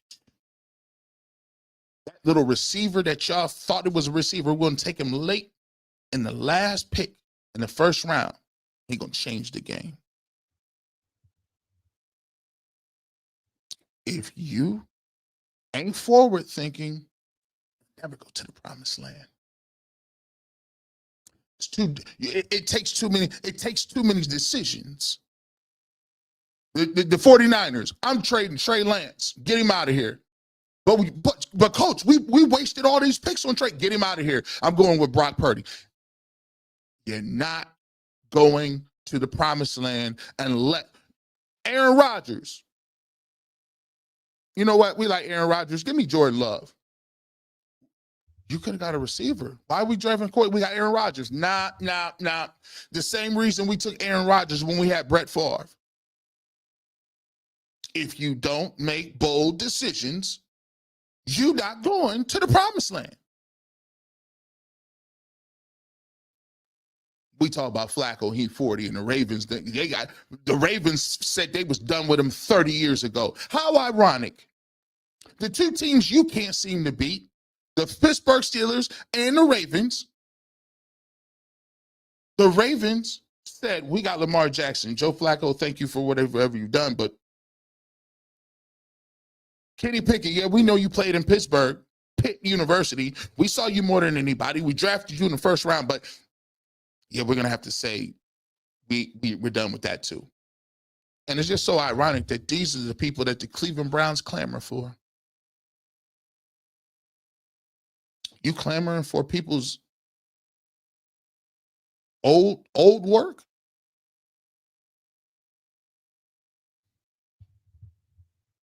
Because guess what? You're backwards. You're scared to change. You're scared to take chances. You don't develop. You don't think forwardly. You're not innovative. And that's why you ain't won nothing since '89. Thank you, Ravens fan. Shedeur has been balling the entire defense as a whole with the second, third, and fourth stringers all through camp so far. Squizerm, shout out to you. We appreciate the super chat. Shedeur got 0 snaps during teams at today. We'll wait to see that too. 0 snaps during teams today. So let me ask you a question. How does a person thrift remix 6183? How does a person go 3 or 14 with picks but still get reps? Is it merit based or not? I don't think it's merit based. I think it's about whatever you want to put out there. Can't be merit based. Can't be.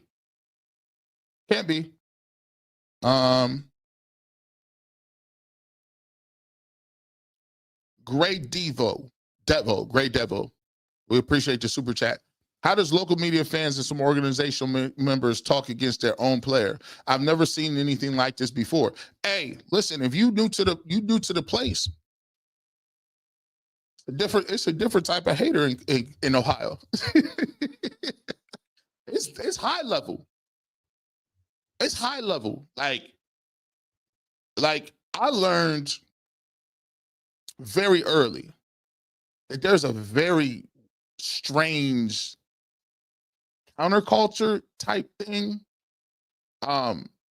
We got this thing where we tend to want people to fit in nice little boxes that doesn't threaten our comfortableness, right? Like we also have this thing where we have this idea where we live in an echo chamber where we just listen to a bunch of people and it keeps bouncing around until it becomes like your truth, even if it has nothing to do that's rooted in any sort of factual information.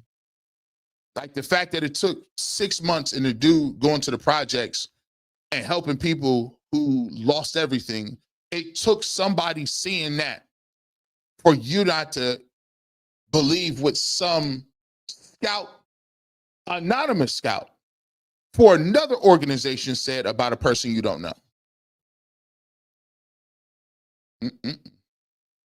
Yoshi Doshi can go into detail with both rooks, not 222 letters. Hey, Bridget Maxey, 41987. How the heck did 12 not get any reps today? Well, here's the thing. I was not surprised they couldn't give him reps, because what happens is if you simply just give him Dylan Gabriel's reps because he played poorly, then you would be admitting that he played poorly, and that you would be admitting that maybe the 5th round pick is better than the 3rd round pick, which then begs to question why was Dylan Gabriel a 3rd round pick? So they have to really play both sides here. They have to say, on one end of the spectrum, we like Shedeur Sanders and we do want him on our team. We think he's good. But at the same time, we can't say that Dylan Gabriel isn't that good, because it would then say nobody else evaluated him at that high of a level. So it looks bad when you just take the man's reps the next day, because it signals that maybe your evaluation was wrong. So how they do it is they slowly but surely, so they can look like they're controlling the narrative, like we brought him along slowly and we really did what we needed to make sure he really was confident and we got the infrastructure around him, and you know what it is.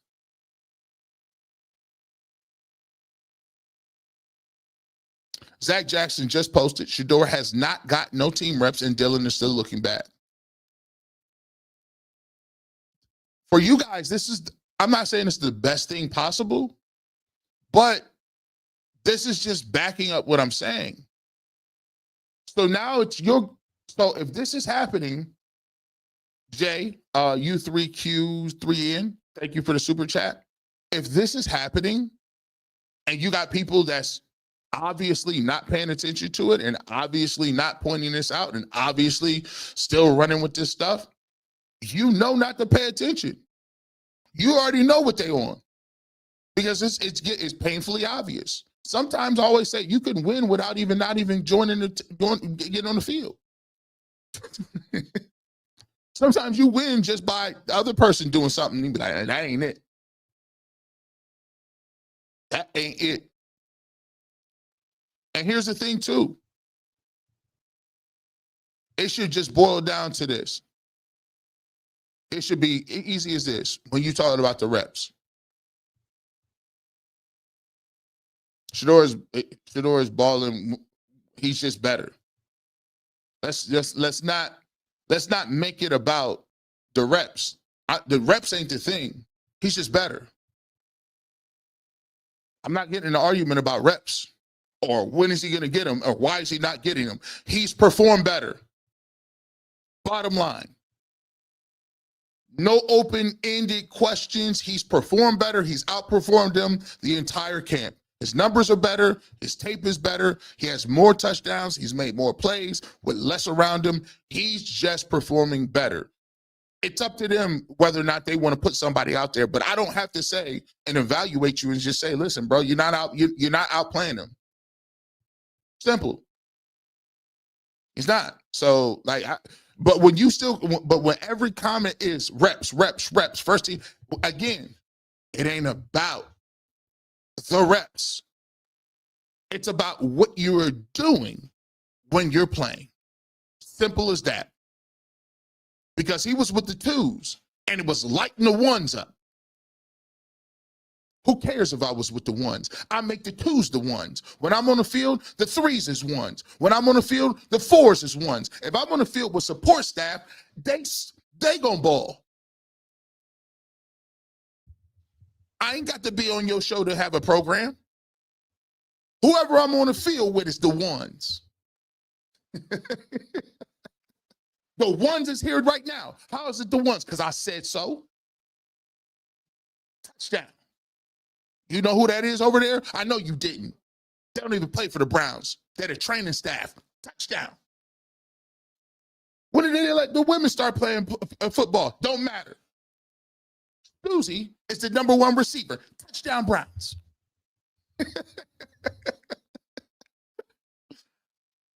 The ones is what y'all can use that.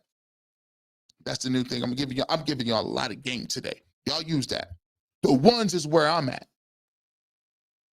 If you ain't playing with me, you not a one.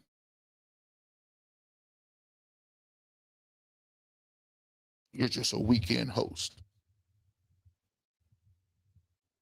Ones is on the weekend. What matters on the weekend? Saturdays count, Sundays count. Where you at? Ones is where I'm at. That's how you do it. Be here and talk about these ones. And Fonzo, today, 12, with no team reps. Make it make sense. No, they didn't get no first team reps. That's how it went. Oh, you didn't know? None of the offensive linemen, they ain't get no first team reps. First team reps is over where I'm at.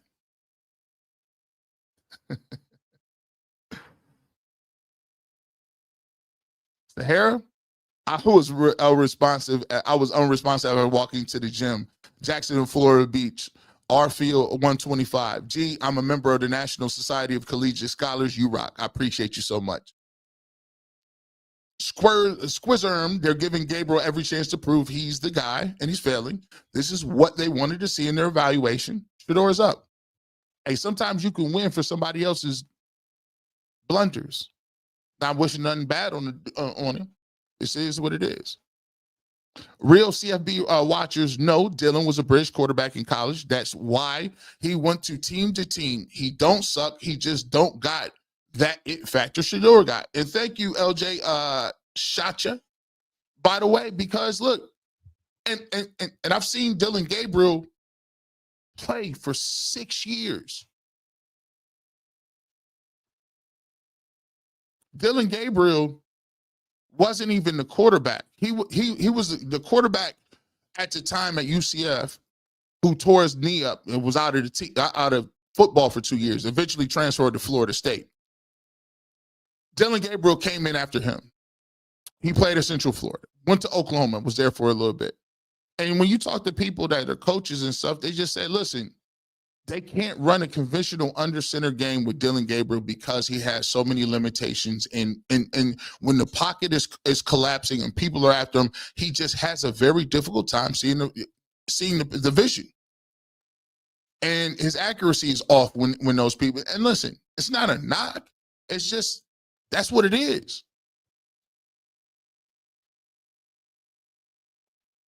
Earl the Pro gonna produce your show on ESPN. Oh man, hey, ESPN, I don't know. I tell the truth too much. Big man, CCVXI, man, legendary show today, G Bush. I want to thank you. I appreciate you. I can't believe it's almost 5,000 people in here for no reason. It's crazy. I'm just up here talking. Oh, you represent. Thanks for keeping it real. Scott wants to grow. I thank you so much. Dragon Abandoner. Dylan having another rough day. 12 and 12 has 0 reps. But you know what I think about it? We got reps ready to go. Stephen A. Smith, G. Bush will make ESPN great again. Shout out to Stephen A. Smith. I had the opportunity to interview him too. Shout out to Stephen A. Man. ESPN Cleveland, get G. Bush contract ready. I'm an independent artist. You know what I'm saying? I'm independent. You know what I'm saying? Independent artist. Actually, man, shout out to the people, man, wherever I'm at, man.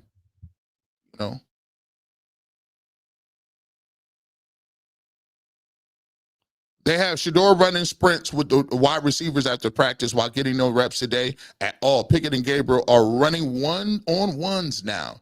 Jay Edwards Jr. reporting live and ready to go from camp. Hey. What y'all should be asking yourself, and you should be saying is, what are they doing with the reps? That's another thing. Always remember, if you're dealing with, you got to give them something.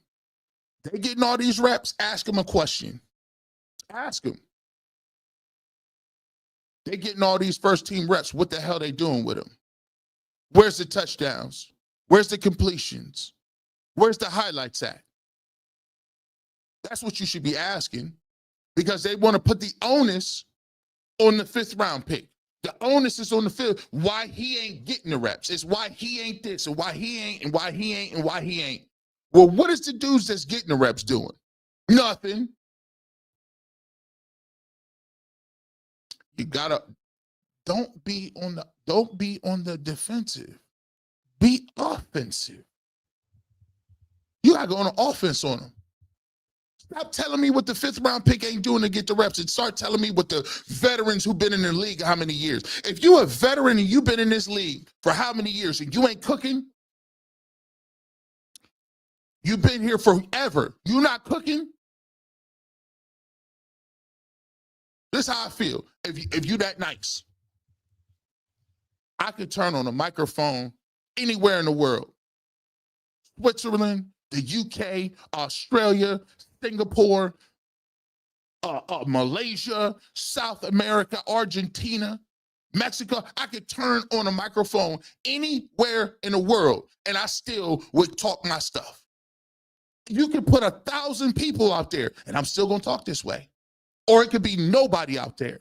When you nice, you just nice. And if you know and you're a veteran that you've been doing it, that's why I be trying to tell them. I've been talking up here. I've been 2.5 hours. No pen, no pad, no bathroom breaks, no snacks, no audio visuals. I'm just here going talking. 2.5 hours. A lot of people talk about, I want to do a podcast. Tell me how to get in the game. Bro, can you talk for 4 hours? You better be ready to go. And no guests. And no callers. If nobody showed up in here, I still got 2, 3, 4 hours to go. Guess what? How you a veteran? How you a vet? You ain't got no touchdowns. You got no touchdowns. You said Dylan Gabriel he played for 7 squads or something. He got an Intel Pentium processing. Like, he got a supercomputer. He beat Deep Blue in chess. Matter of fact, he programmed Deep Blue. Where are the stats? Where are the highlights? And you're with the ones.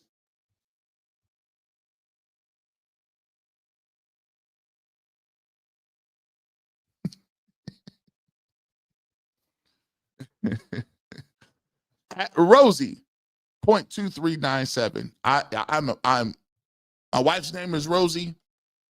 You're now one of my favorites. Super sticker. Thank you so much. Don't apologize. We show up for your sermons. I appreciate that too. I do. You know, we just talking a little bit. You're going to get a little bit of everything.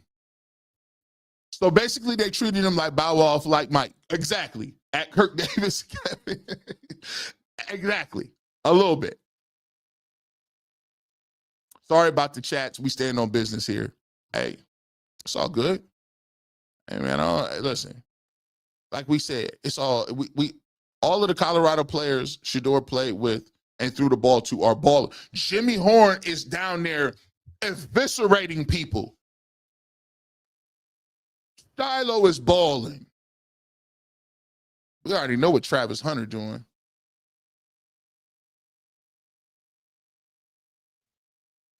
But he not elite. Come on.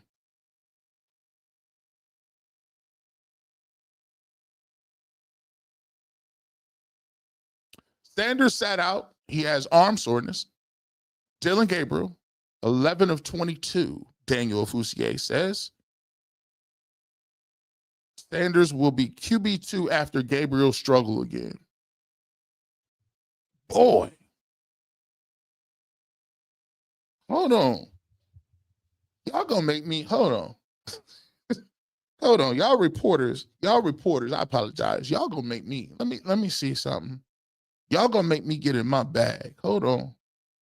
Hold on.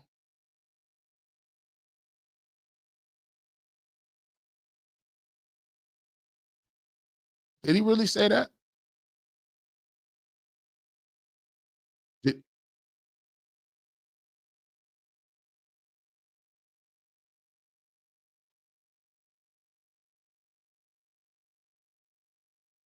Hold on. This is bad radio. Sorry, people. This is horrible radio. Let me see if I'm gonna pull this up. Share my screen. Can I do? Hold on.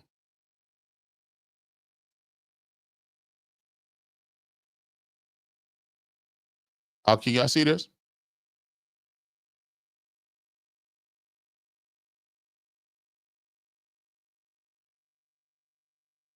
Let's see, Kev. This is Kevin Stefanski on practice the other day. There's the old adage that it's never as bad as you think or never as good as you think as a coach when you go in to watch the tape. I would tell you, with any of our players, and in particular Dylan, who's wants to be great and wants to be great at practice, there's times that you're going to go through a tough period out here at practice, a tough 7-on-7, a tough team period, whatever it may be, and then you really try to learn from those reps. Again, I think it falls under the category of the guys are doing everything we're asking them to do. I think they're practicing hard. I think they're understanding some of the nuance in our scheme. They're certainly understanding some of the new techniques that are being taught by their coaches. So really have a pretty narrow focus when it comes to where we are as a football team just in general, but certainly offensively just focusing on making sure that they're getting an understanding of the schemes and the techniques. So it looks like nasty work. It looks like nasty work for the Browns today. This is bad. This is bad. Let me see. Let me, because y'all had me. I said, hold on, let me see. Let me go ahead and see what's going on out here. Let me figure this out. Okay.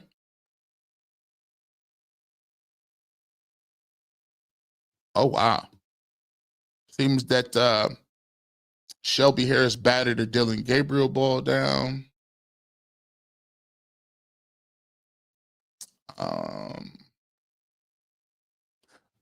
Per Mary Kay, we'll get this tweet. I'll show you. Put this back up. This is completely impromptu. What we doing? Let's see. Here we go. This is per Mary Kay Cabot. Shedeur Sanders held out of team drills with some arm soreness, team said. Let's continue move on. Where we at? Just look at as defense won the battle rather than Dylan Gabriel failing to put the ball in the end zone. Let's see. What else? What are we doing?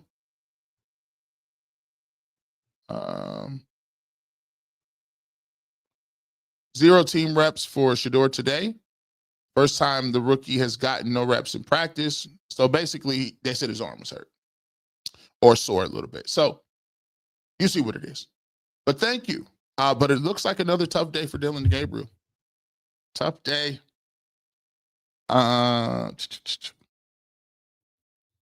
Mary S. 12. Shedeur played with a fractured back. First season at CU, and now he's out with arms. He's out for arm soreness. They need to stop with. Now, here's the thing. I will say this. I'll say this. I have to take their word for it. I'm not going to say that they acted because Shedeur wouldn't do it. I mean, he'd be like, if I'm going to practice, I'm going to practice. Brian Mathis, thank you so much for the super chat. Appreciate you. Every time I see nephew Travis Hunter ball out in Jacksonville, I shake my head. Cleveland could have had both of them. Trust me. I was hurt myself. I still am. I can't look at it. I can't watch Travis Hunter highlights because I'm still hurt. If we are being honest, the Browns only keeping 12 for pecuniary gains, ratings, and jersey sales. They're not keeping him for any other reason.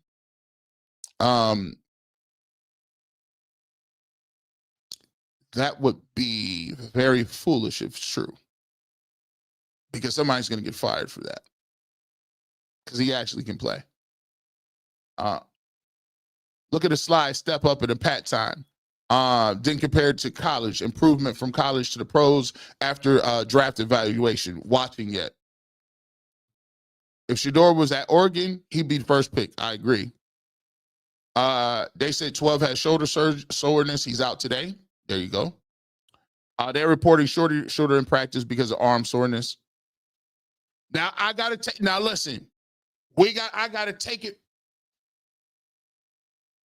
If Shedeur said his arm is hurt, he said his arm hurt. That's all I can go by, because if if he wasn't hurt, he'd be out there, right? Okay.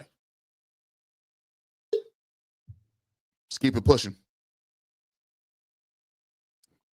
Shedeur played with a fractured back. The Browns is lying.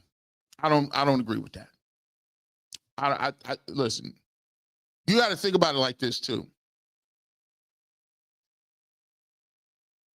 When those guys are on the other field splitting reps, Shedeur is on the other field taking all of the reps. Right? So that could be a thing. So that means if it's a team period where he's not getting reps, they're splitting 20 plays. So that might be, what, 7 plays apiece? He's down there taking 20 throws by himself. So that could be a thing. At McGee, super sticker, thank you so much. We appreciate you. If you buy in the mainstream sports commentators, they will sell you on your independent mindset. God bless the child that got his own. The ghost of J Speed. I appreciate you. Official Tamarius Williams 86. Thank you so much for the super chat. G. Bush, Tyvis, and Earl, the real ones. Jason and Bull are suspect. They sometimes he always tell people, hey, listen, man, I don't know. In our community, I come from the barbershop where we argue in the barbershop. We go back and forth. So, Bull and Jason is cool with me. We go back and forth all the time. We don't got to agree on different things. They may have a different mindset on the way they come at different things from their personal experience or the way they think. I think that's part of the reason the show is entertaining, because we can go back and forth and have a discourse about what's going on.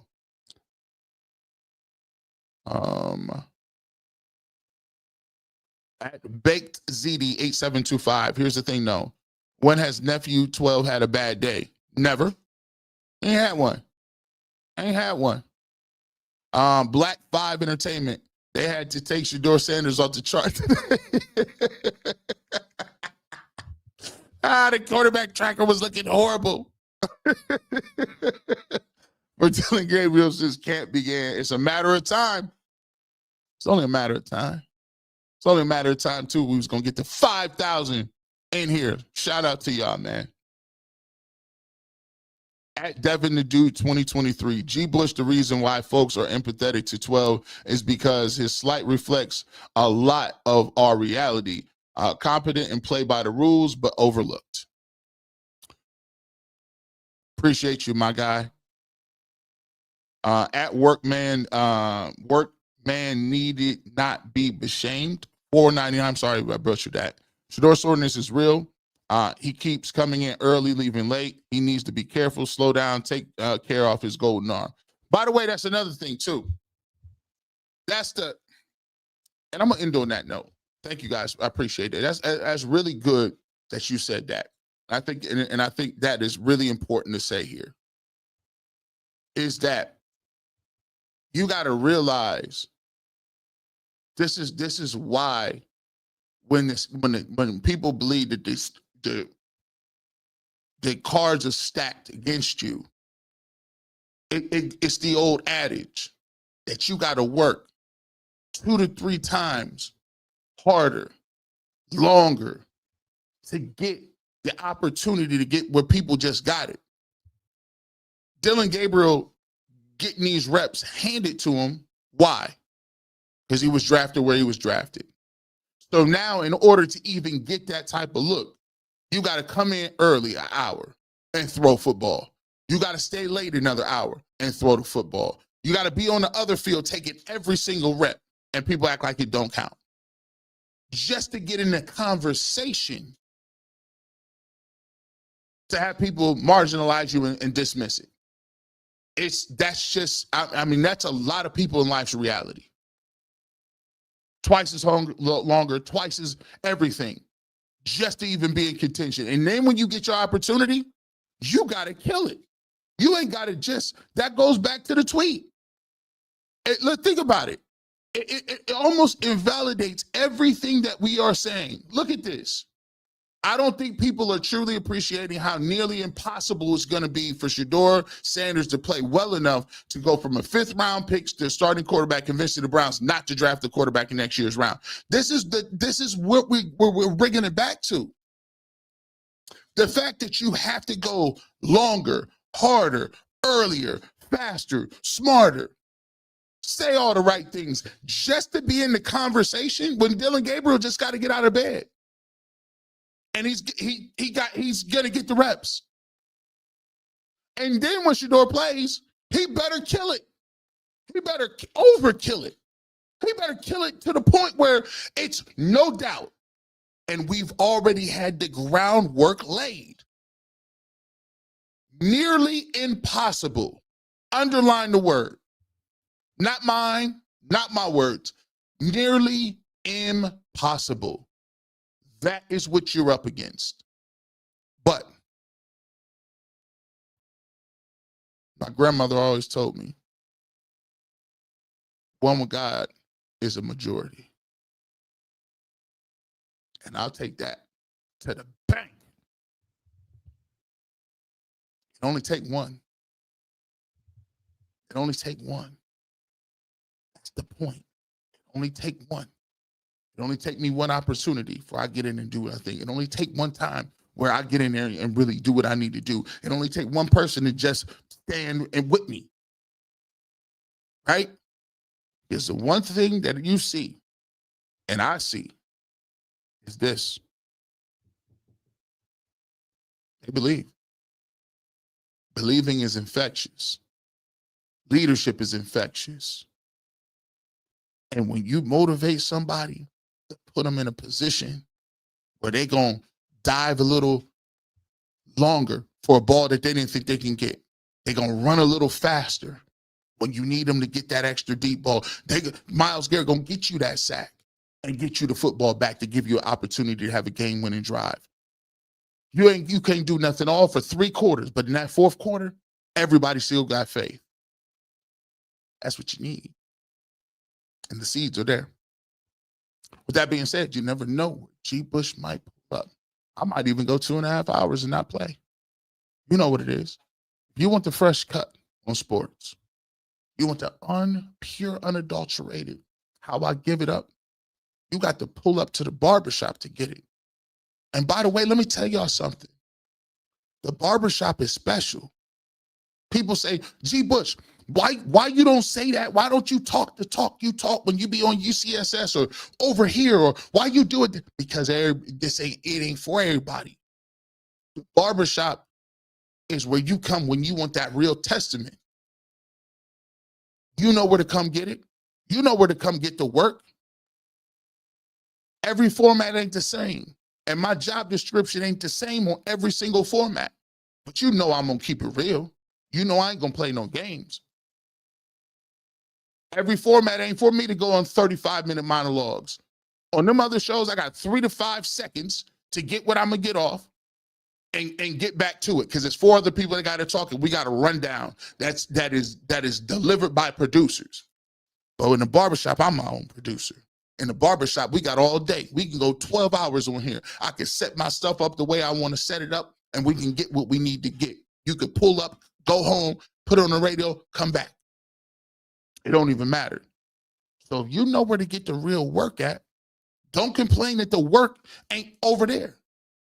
As long as you know what the secret code is, as long as you know what the password is, and as long as you pull up, you're going to get the real. That being said, you don't never know where I show up, radio, TV, internet. If you want the fresh cut on sports, keep the Clippers on me. Have a great rest of your evening, weekend. And as always, no matter if they get first team reps or not, go Browns.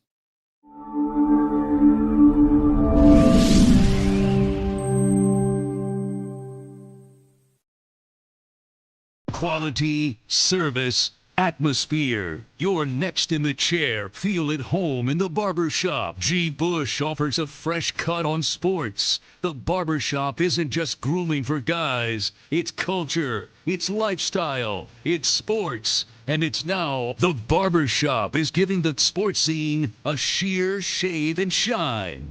Join the makeover now. Follow Garrett Bush at GBush91 on Twitter.